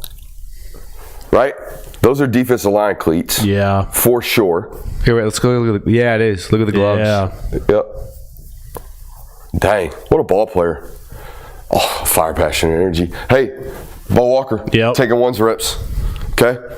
Taking one's reps. That might be it. We are out. That was fun. That was fun, actually. I enjoyed that. All right. What's next? And also, didn't really learn too much. No. Like, it wasn't like, oh, wait a minute, this player is doing this with these reps. Like, we're not going to get any information out of these guys. They're so good at what they do. Even you're saying like even the pictures, like you're never dude, gonna find any information. Even it's very obvious, like very clearly hand select who gets to be, like what photo gets posted. Like, I mean, you have to do what we did of like, oh, here's this person. This is the ones team. It's like this person is getting ones reps right now. well, it's not even that. It's not like there's no like really, really impressive catches on here. There's no, oh, he's making a one-handed Oh, grabber. no. I mean, 90% of those are taken during indies. Yeah. Right. You I mean, know. even the scrimmage Even the ones. scrimmage ones, Even the yeah. scrimmage ones, like, oh, this player's running over this player. Oh, he's getting beat. Like, none of that. Literally none of that. So, there are pics of Ellis on there. What are you talking about? Yeah, there was. There's also a few super chubs while you're up at the board. Oh. Quite a few of them, Let's actually. go back to the board then. We had a Brantley Martin who gave $20. He says sleeves 100% makes you hotter. It didn't make me hot. I think it depends on the sleeves, to be Brantley honest. Martin. Yes. If you wore I'm with Brantley Martin. I think the loose sleeves definitely cool you down. loose, like wicking sleeves that aren't obviously tight on your skin, I felt like those always cool. Now, if you're like putting like Under Armour on, like tight Under Armour, no, I think that hot. definitely makes you hotter. Those make you hotter. But there's something about like the clothing on you getting having moisture on it to where it like helps you cool your body down, because that's why you sweat. Your body's trying to cool down. Same principle. Who else we got from the Super Chub department? I don't know that anybody else is going to be In getting the up north on of the wall. 20 department? No, I do. Everybody else is just saying what's up, giving Super Chubs. Yep. That's what's up. That's what's up. Appreciate the homies showing love in the chat. Hey, I'm going to tell you what. We got a lot of people watching right now. Don't have enough thumbs up. Make sure you're hitting that thumbs up button on the chat tonight. Brantley Martin doubling down. Man, right hell yeah, there in the Brantley. Super Chat. Appreciate you right there, Brantley Martin. Thank you guys for what you do. We do it a lot. We do a lot Monday, Tuesday, Wednesday, and Thursday. And guess what? Guess what happens Sunday at noon? Oh, we get a they're live back, reaction aren't they? show. We get a reaction show on Sunday. And if you have never been here for those, man, that's good stuff. So make sure you show up at Sunday at noon. We're going to have a full reaction slate from Saturday's Week 0 football games. But let's get after this local hour some more. All right, we just went through those. Let's give you some scrimmage notes. Obviously, Saturday was the second scrimmage and most likely the final scrimmage. They might practice again this Saturday, but I wouldn't imagine they're getting after it too hard. Do they only do 2? I feel like they used to do 3. I don't it was know. 3 as well. Look, I just know how we played ball back in the day. You would be I'm gonna say health malpractice to be scrimmaging a week before you go play the start of your 17 game schedule. Okay, that's my opinion. So, and honestly, from everything I'm about to tell you, it didn't sound like the ones got a whole bunch of burn this weekend either. Okay, it was mainly a 2s and 3s scrimmage from what I have been told. That being said, I'm gonna start with the good news. If you've been over on patreon.com/Brooks Austin, where we hand out all of our insider information on this Georgia football team, you have known that I have told you straight up this year, okay, going into fall camp, there will be no staffer that sends me a positive or negative text message about Gunnar Stockton. They made it very clear to me early on in fall camp, early on in spring ball, they weren't talking about Gunnar. They wanted no hype or negative attention either one way. They wanted everybody to show up this fall and this September figuring it out. All right, that's how they wanted the narrative of the quarterback position going on. That being said, Gunnar played so good Saturday, I didn't even prompt the text messages. I got them. Gunnar undeniably good. Best practice Gunnar Stockton has ever had at the University of Georgia. Now, take that with what you want to take it with. I took it as he probably did practice really, really well, but this is probably the most offense dominated that butt type of intel I've heard about a scrimmage since I've been doing this. Would you agree or disagree? Sounds like that, yes. I mean, good God. It was nothing but touchdowns left and right. It was nothing but everyone scoring. Nothing but the ones walking the ball down. Oh, Nate got in for the first time in 90 minutes, and he ran for 15 yards, got out of bounds. They pulled him out. It's just like immediate success for everybody in the ones. So this comes immediately after last week, where all they talked about was how the defense dominated. All right, I'm not going to say that the head coach of the University of Georgia is that good at narrative control.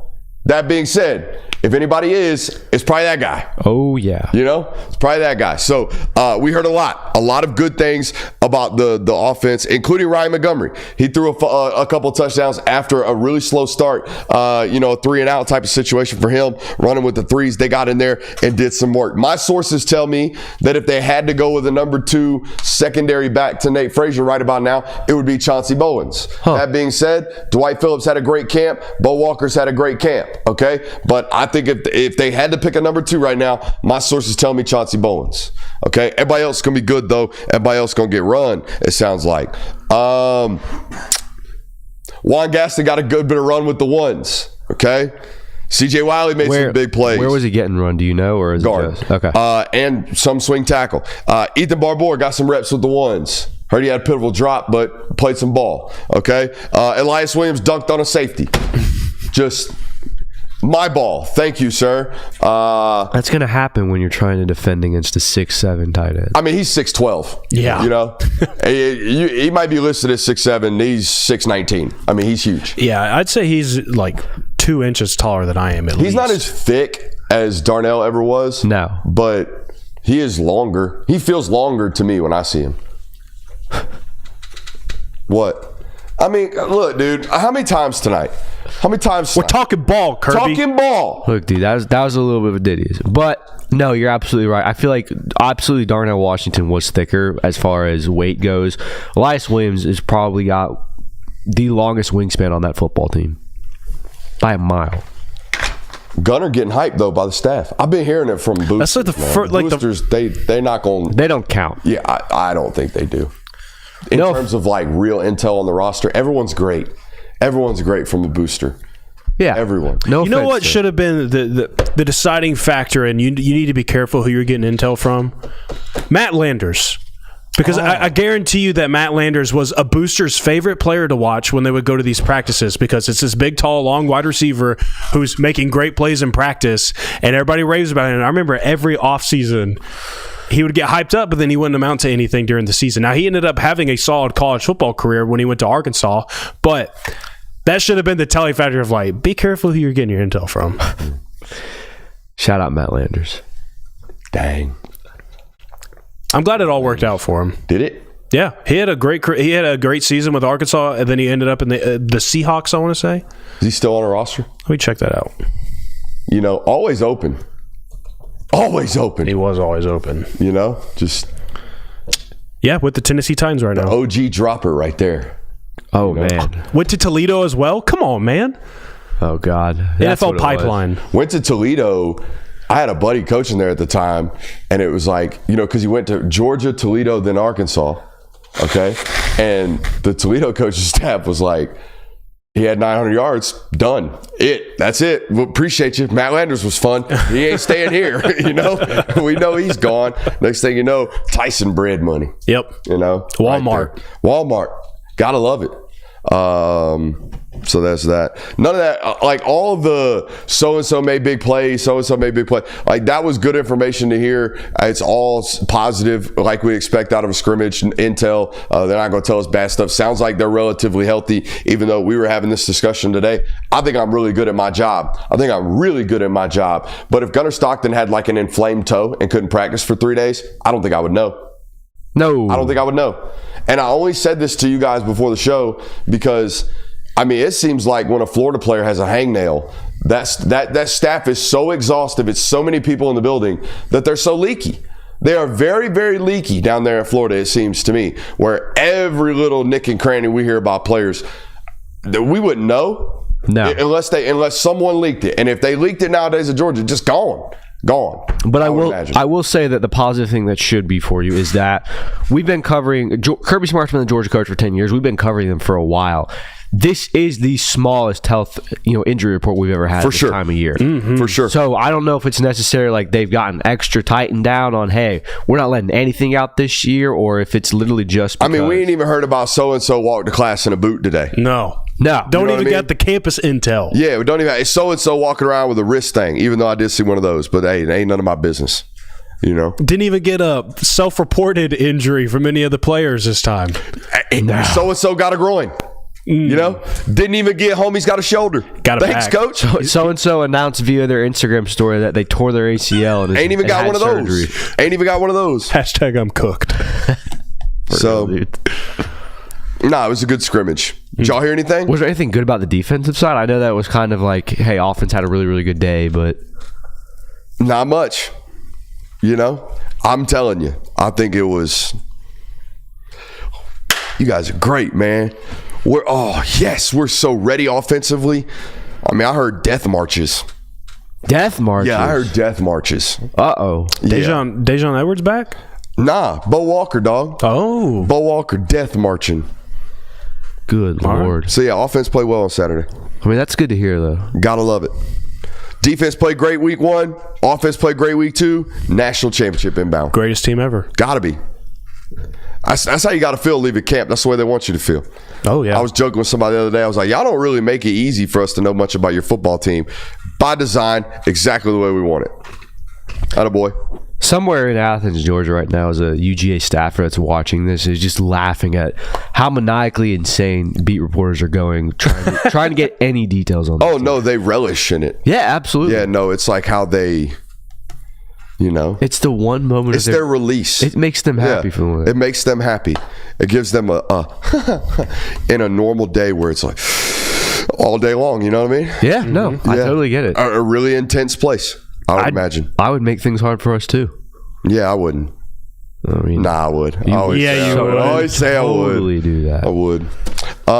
Trolling media members, dude, that's so much fun. That's so hilarious. Should we watch a nostalgic film right quick? We can. Before I give you my high school notes. Ooh, yes. I saw a lot of prospects this week I want to talk about. Let's go to the board. I want to see something. I want to see with this nostalgic tape. Oh, you want to mess around, find out? Let's see. All right. Ooh, number 4. I got a sneaky suspicion this is the homie Richard LeCount. There he is. Yeah. I was gonna see for as much. I would have known right there immediately. Yeah. Yeah. That's the ball skills on Cat were so crazy. You know what I mean? Yeah. I was thinking for as much as you talk about how he was one of your favorite Georgia players, I want to see how familiar you were with his high school tape. Oh, I'm familiar with the game. Oh my God. I would have gotten it there too because we lose our helmet, and it's very, very clearly Richard. Also, would a guy like Richie be a 5-star today? No, Probably not. he wouldn't measure out as The tape says he has to be, right? And I think this was back in the day where do people watch highlight tapes as much as they used to? Probably not. I don't think they did. Back in the day, if you had a fire-ass highlight tape, you were more likely to be already a 5-star. The new highlight tapes, in my opinion, are here's a minute 30-second clip that we put on Twitter. Yeah. That's the new highlight tapes. Of some local high school guy with a camera that made an edit for me, and I'm balling. But this was one of those like just an undeniable tape. But I only ask would he be a 5-star because we know what the height, weight, speed was, right? Like nowadays, he would be a 5'11", 180-pound safety that ran 4.68, and I don't know if that's going to be a 5-star. no, it would not be a 5-star. But the tape was ridiculous. Oh, ball in wrong hand though. Oh yeah, Not a natural carrier of the football. duh. Whoa. He made 3 people fall with that. Also thickened up a lot when he got to Athens. Did he? His lower half looks thin here. I feel like Richie played SEC ball at 190 pounds. He certainly wasn't ever like a big guy, but Yeah. Got him playing quarterback, bro. Wildcat quarterback. He is listed at 190 pounds on UGA's website.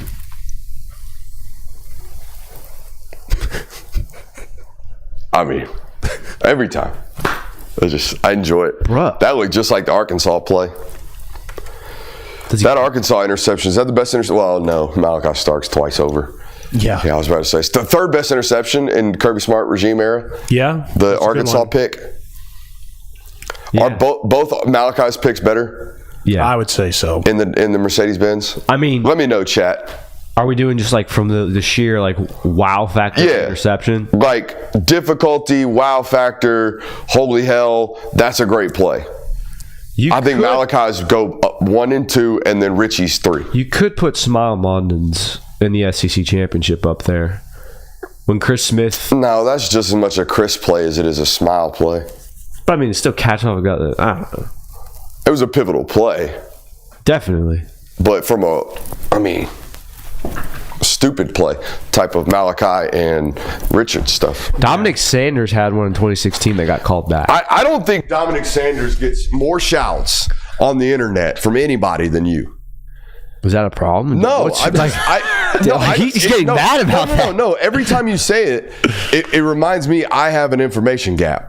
Clearly, because I don't. Now, look, I was playing ball at the time, so it wasn't like I was spending my Saturdays watching Georgia football. But I don't remember the Dominic Sanders. I know it was a stats thing. I know the interception totals are what they are, but like I don't remember Dominic Sanders being like some dude. Maybe I need to go back and study him. I wouldn't say he was a dude, but he was a playmaker. He was a classic Mark Richt era defensive player where made a bunch of big plays, also got beat a handful of times. Okay. Think for every great moment there was for Dominic Sanders, there would usually be a equally like, whoa, like what are we doing moment. Think Damian Swan-esque. Yeah. Doesn't strike you. Okay, did not. SEC Championship game 2012? Yes. Yeah, he got cooked in that football game. Yes. Yeah. Trying to play nickel. But also had, a very, very good career, very good season throughout that year. Yeah. Had an insane interception against Tennessee. My bad, Dominic Sanders. I was unfamiliar with your game. All Kirby's saying is he wants 11 Dominic Sanders and 11 Marcus Orsimi-Jackson. No, I did not see that clip of Jared Curtis looking like Michael Vick? Yeah. Dude. Stuff like that worries me, honestly. That dude has to be bored. He has to be bored playing that. Like, come on, dude. It's pretty bad. That's like he is literally jogging on the football field and just walks his way into the end zone. That's like when you play like on the easiest level in NCAA and you're like, oh, I just scored 60 points in the first quarter. It's not even fun anymore. But like this is what Arch was doing too. Like when we would watch Arch in high school. We would say it. Yeah. Well, we say he sucks because he's playing against that. That's what when I say we, that's the national narrative. Yeah. Everybody wanted to doubt him. But I think this guy has physical wow tape though that makes everybody just pass it by.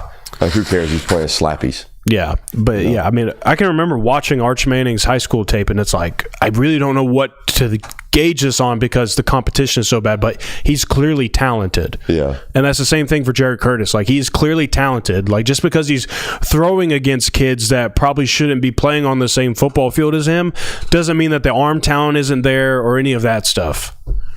Probably a 4.75 runner. Yeah. They make him look like Usain Bolt. Yeah, they there, do. Dude, he be walking away from folks. Yeah, it looks like they're running in quicksand. On the jog. Yeah. Don't you think that's going to make the transition harder, though?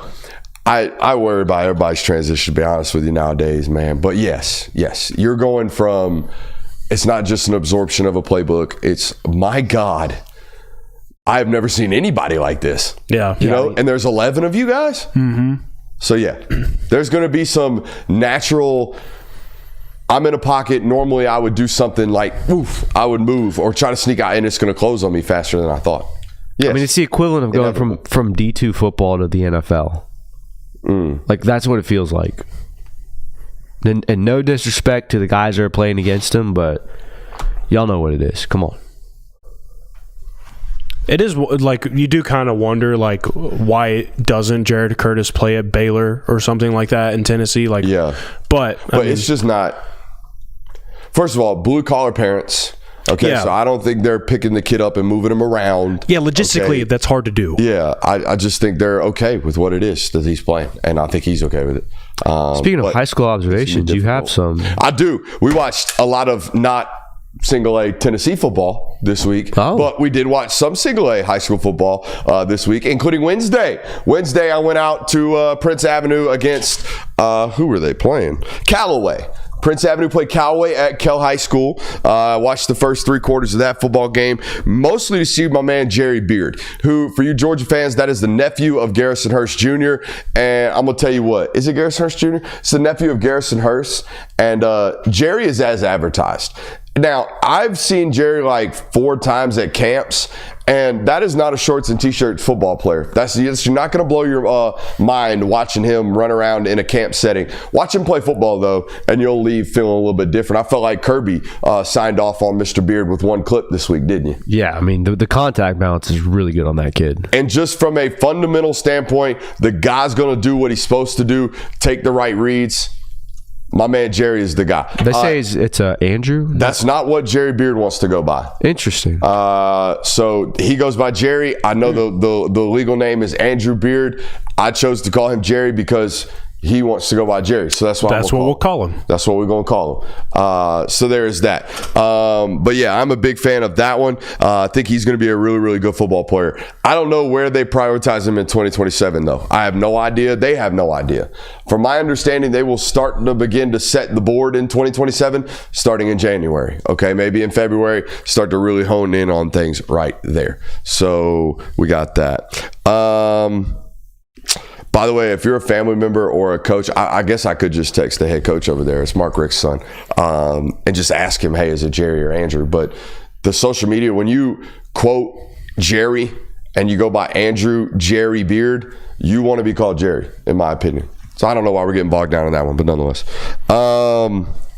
Saw him, really, really clean football player. Tremendous vision, tremendous contact balance as advertised. Thursday night, obviously, we all watched Buford.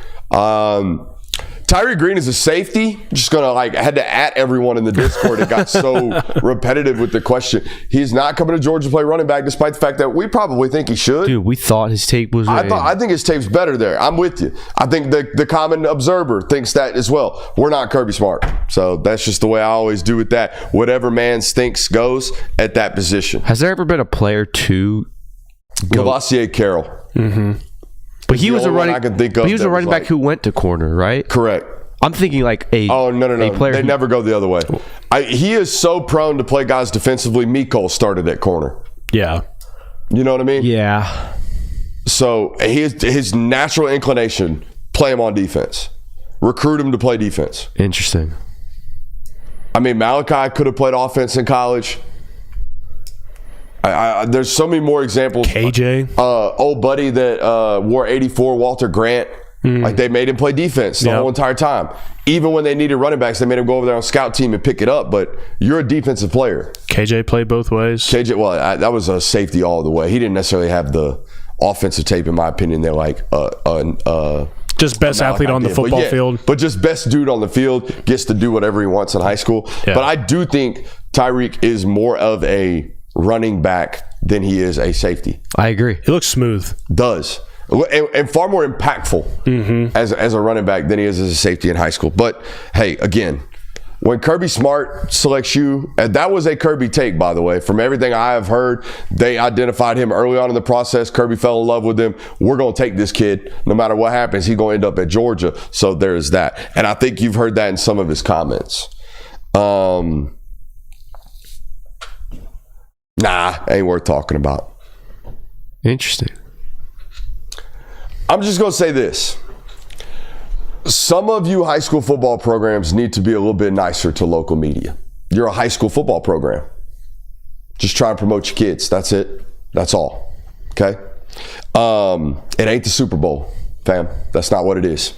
Let's move on. Friday night, went down, did a Friday Night's Mike. It blew up. Over 30,000 views. Went down there to see Jay Lamar versus LaDainian Guyton. Jay Lamar tweaked his groin about 4 touches into the football game. He had a groin? He had a groin. Oh, wow. Dealing with a groin. He's got a groin. 2 of them, technically. One of them slightly inflamed. That's not good. Opening kick, 45 yards. Took a quarterback like in the Wildcat around the edge, another 40 yards. Clearly tweaked his groin on that play. Got 2 more offensive touches. Almost scored again. Never to be seen again in the rest of the football game. And they still won. Oof. Okay. Guys, Colquitt County has one Division I football player on their roster right now, like confirmed. It's Jay Lamar. They might have some other guys develop into that, okay? Talented, well-coached football team. That being said, Benedictine had like 12, okay? And Colquitt's only D1 starter left the game, and they won. You should go find out how. All right, it was worth the watch on Friday Night's Mike. I like Jay Lamar. I like Jay Lamar. I think his family loves Josh Crawford. I think his family loves Georgia. I know he's still taking visits. I know he's still taking phone calls. I don't think that one flips. That's my inclination. All right, when Georgia in-state kids from places like Colquitt end up committing to Georgia, I know Auburn's in the mix. I think some other SEC schools, Florida is still talking to him. Miami's still talking to him. Josh Crawford recruited every single Lamar that has ever existed and did a great job with it. I highly doubt they lose him, at least in my opinion, especially considering he's the only back in the class right now. And they're having a tough time finding a second one, something that they want. Okay, so I don't think they let that one slip. LaDainian Guyton, to me, is as advertised. Here's my only thing. He is all of 6'2.5". Right. And he's not going to be 6'5". And we know that. Right. I don't think he's going to be 6'4". Okay, so we're going to talk about a really athletic, twitchy football player on the Saturday game, not a holy hell, look at that freak of an athlete like we do right now. Does that make sense? Right. I think for LaDainian to be what I think LaDainian's going to be, he's going to have to play the game like Von Miller or like Nolan Smith, and that's a tough ask. I know he's immensely twitchy. I know this. I know he's violent. I think that was the thing I was most impressed with. The level of violence that he plays the football game with. That being said, we're never going to be 6'5". Right. So I'm not saying we have to be a 5-star, but when was the last 6'2.25" top 10 overall pick? Oh man. Von Miller. You're going to have to go back that far. Hassan Reddick was not a top 10 guy. Oh, excuse me. There is one famous one, but he's 6'3.25". Micah Parsons. Yeah, well, it just happened this year. And that's a unicorn. Uh-huh. Okay, so there's there's limits. Let's go ahead and get this out of the way too. Is there an avenue where he transitions to an off-ball linebacker position? He's plenty athletic to do that, Kirby. He is one of those players watching him. He's one of these athletes that every person listening to this has met one of these types of humans. I give you something. I let you try to figure it out for 15 minutes. I come back, you're the best anywhere around to doing that. Yep. That's the type of football player and athlete that this guy is. So maybe he could grow into that. But That's a nose for the ball. That's instincts, reading guards. Like, we're going to have to teach you how to play that. But no, he could athletically survive, no doubt. Okay. He could Harold Perkins it better than Harold Perkins is doing it. Yeah. If that's what you're asking. It does, like, chat's already getting on it. Like, it does kind of sound like you're describing Nolan. Or Colin Simmons. Like, the chat's on it too. Colin Simmons is the same one, this size. Yeah. Colin Simmons is not 6'5", but think about how special of an athlete we're talking about with Colin Simmons. How twitchy, how well crafted with our hands too. Like, Colin Simmons, I think, is one of the best benders and hand fighters in college football right now, and he's only going into year 2. Okay, so it's just, there are two different molds. More likely, statistically, better bet that the 6'5" guy is going to pan out. That's what history tells us about it. So that's all I was noting. Still one of the freakiest movers you're going to see.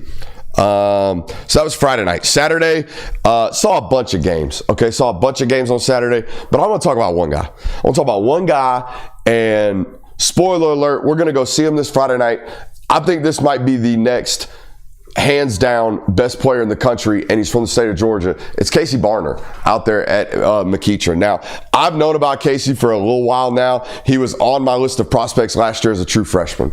Okay, he was the only 2028 player on last year's spring eval board from the University of Georgia. That's it. Okay, that they knew about. They are like guaranteed this guy's going to be on our board by the time he's ready to be taken, before he even stepped foot on a high school field. That's how good of an athlete he has already shown to be. He was the best player on the field by far in Mercedes-Benz Stadium on Saturday. Would you agree? Yeah. I mean, insane. So much so that he reminds me a lot of Caleb Downs, and I don't like doing that. I really don't. I see your face. You just popped up immediately. Caleb Downs, that's what I think this guy is. And why do I think that? Caleb Downs has never done anything on the field where I'm like, holy cow, he's the twitchiest player on the field. My God, look how he just ran away from everybody. No. Caleb is never in a bad body positioning. He's the best athlete that you will see on the field. He's never going to be on the ground. He's never going to get made miss terribly. Maybe in college, every once in a while, someone's going to get him. But that being said, this, I think, is the next one of these type of 5-star safeties that is so good that he makes his team win football games. I felt like he did that Saturday for McEachern. I mean, he was doing a little bit of everything. And it says here that as an 8th grader, he ran an 11.44 in the 100 meters. Jeez. Yeah. And looks like he's jogging with a soft jet. Yeah. I mean, it's yogging out there, dog, for him. It's very, very smooth for him. I'm jealous. I'm excited to see it this Friday night. We're going to watch McEachern versus North Cobb on Friday night's mic'd. Oh. And it's going to be a good one out there at McEachern High School. Probably one of those blue bloods in high school football that needs to come back, and I think Kareem Reed's going to do it. That's a good matchup, too, of Barner versus Gerard. Yeah, Barner versus Gerard in that back end. Hey, speaking of running backs, North Cobb's got a guy that's got Power 5-0s all up and down the board in 2028 as well. So, yeah, I mean, like, look, I'm with you, Matt. The Braden Tyson. Well, I saw Braden Tyson and his mom after the football game, and I told her to her, like, your son plays his heart out. That's what I love most about Jordan Tyson. We talked about it with Riley Leonard, I'll die for this type of mentality. Jordan Tyson takes that to high school football every single Friday. If Jordan Tyson doesn't go 30 for 270, Brookwood might not have a chance to win. And he knows that. And he wants 37. Braden Tyson, yeah. The 2027 running back out there at Brookwood. You're saying Jordan. Oh, my bad. Jordan Tyson's the Shout out Jordan wide receiver Tyson, at Arizona State. Going to be a really good wide receiver for the Sun Devils this year. Going to be a great one. But no, I love Braden Tyson out there. You know who he reminds me of? Caleb Downs? No. Number 2 from Iowa last year. Will you Google his name? That back. That 6'2", 240 pound something dude. Johnson. Yeah, Chauncey Johnson, something like that. That guy was a load to tackle. Caleb Johnson, maybe? Caleb Johnson, that's right. As is my man Braden Tyson. It is Caleb Johnson. Yep. That's the guy who I think Braden is a Big Ten back. And I think that's okay. It's okay to say that. Oh, sure. I think he's a 20 for 180 guy. Oh man, I know shucks, right? I was about to say, it's like Big Ten running backs can make a good living. Put him in the eye, let him get downhill at Iowa. 20 for 180. Now, he's going to end up at a much bigger school. He's going to end up in the SEC, I think. It's Texas, it's Miami, it's Auburn. Like, it's big schools recruiting Jordan, so I don't want to make that sound like a slight. But some guys just stylistically fit some organizations. Yeah, definitely. Well, let's say he's an Ohio State guy then. Or like a mid-2010s Wisconsin back. Oh. You know what I'm saying? That's prime, baby. They had some dudes. Yeah. Melvin Gordon. By the way, these guys all, I mean, for the most part, all had really good pro careers unless they got hurt. Mm-hmm. So there's that. What else we got? I believe that's everything on the show. Nah, we can talk about something. Well, hey. I was going to say, it would be malpractice if we didn't mention this. Stetson Bennett deserves another shout out. Another game ball. Balled out. Bro. And it was, again, like Kirby said the Stetson Bennett performance. Kirby said best preseason game he's ever seen. It's the best. It was I don't electric. know. I don't know if anyone watched this game. I don't think it was widely available here. You know, there's a secret way to get any NFL game you want. We'll get into that later. It's free. Oh. Anyways, that was, again, and we talk about how comfortable Stetson Bennett was in week one and all of those things. He was very comfortable again. There were a couple of moments where there were obviously turnover-worthy balls, and there was one series where he should have had 3 picks, ended up having one of the defensive linemen. That was the one that went viral very bad. But in the most Stetson Bennett fashion, all of the odds seem against him. Everything is down. Once again, pulls out a win. Now, the 4th and 10 bomb was kind of a miracle. Kind of just a, you know what, here goes nothing throw. But the way he played that game throughout the rest of that, he was throwing the ball away when he needed to. He didn't try to do too much, and I think that's kind of what the most maturity is, Phil, you see from him. Dude, does Stetson Bennett epitomize goldfish memory? Because to me, he does. Oh, yeah. I don't think any player in the history of football has more of a goldfish memory than Stetson Bennett. Yeah, you'd never know. You have to be him. So, I mean, with what that kid's been through. Or I mean, young man. With what that guy's been through. That guy. But no, my grandfather used to say 10-second memory in football all the time. Like, as soon as it happens, let it ride for 10 seconds, put it out of your memory, go to the next one. I don't think he has that. Yeah. It's by the time he gets to the shutter clicks, he's on to the next one. I think it's once he gets to the sideline, it's like clean memory. Yeah. Like, because you'll see him, like, when he's coming off the field, like, obviously he's kind of relishing in what just happened. And then when he gets to the sideline, like, does he even emote anymore? So, like, you watched he did it. Does he have any emote at all? You get good or bad? Here are the 3 things you get from Stetson. If he messes, you get the hand clap, you'll get the that's on me, or the nod. Yeah, he gave a flex. He gave a flex. Was I don't know if you watched. Like, he stands up and flexes towards the Los Angeles sideline after he scores that last touchdown to kind of, you know, because he got clowned after that pick. So, but again, it's the same Stetson Bennett, and I think that's why everyone's believing him. Yep. Every time. Yeah, just the yeah. But no, that freaking, I think it's the first touchdown throw that he had. Dude. The seam shot. It was the second touch. He had 3 touchdowns. Gosh. 3rd and 10, wasn't it? Yeah, last play of the third quarter. Single eye safety. Dude. Oof. That was a beam. Yeah, I mean, here's the thing about him is that if you just watched it in college, you could see he had arm talent. Like, you just weren't paying. The very first ball I ever saw him throw where I was like, all right, this is a guy. Now, I know he's a walk-on, but this is a dude. He spun out on Big Cat Bryant in the COVID season at Auburn. Against Auburn. That was the same play. On a deep out to the left. Deep and out. It's like, whoa, no. Dude's got a chooch. Like, he's one of these. Yeah. And I think everybody was like, oh, walk-on. This guy's a midget. Game manager. So talented. Nah, dog. No, talented. dude. The Stetson Bennett you saw in 2020 versus the one you saw just 2 seasons later is such a incredible difference. I think he's in the league for as long as he wants. He's going to stick around now. Yeah. I mean, I'll say it right now. Every indication is that Los Angeles, Sean McVay, all the powers that be are trying to align this guy, Stetson Bennett, to be the starter once Matthew Stafford retires. Big facts. It aligns perfectly. Jimmy Garoppolo's got 1 year on his contract left. Why would they sign him to another? They would have signed him to a longer deal if they wanted him longer. Matthew Stafford signed a 2-year deal this year to stay with the Rams.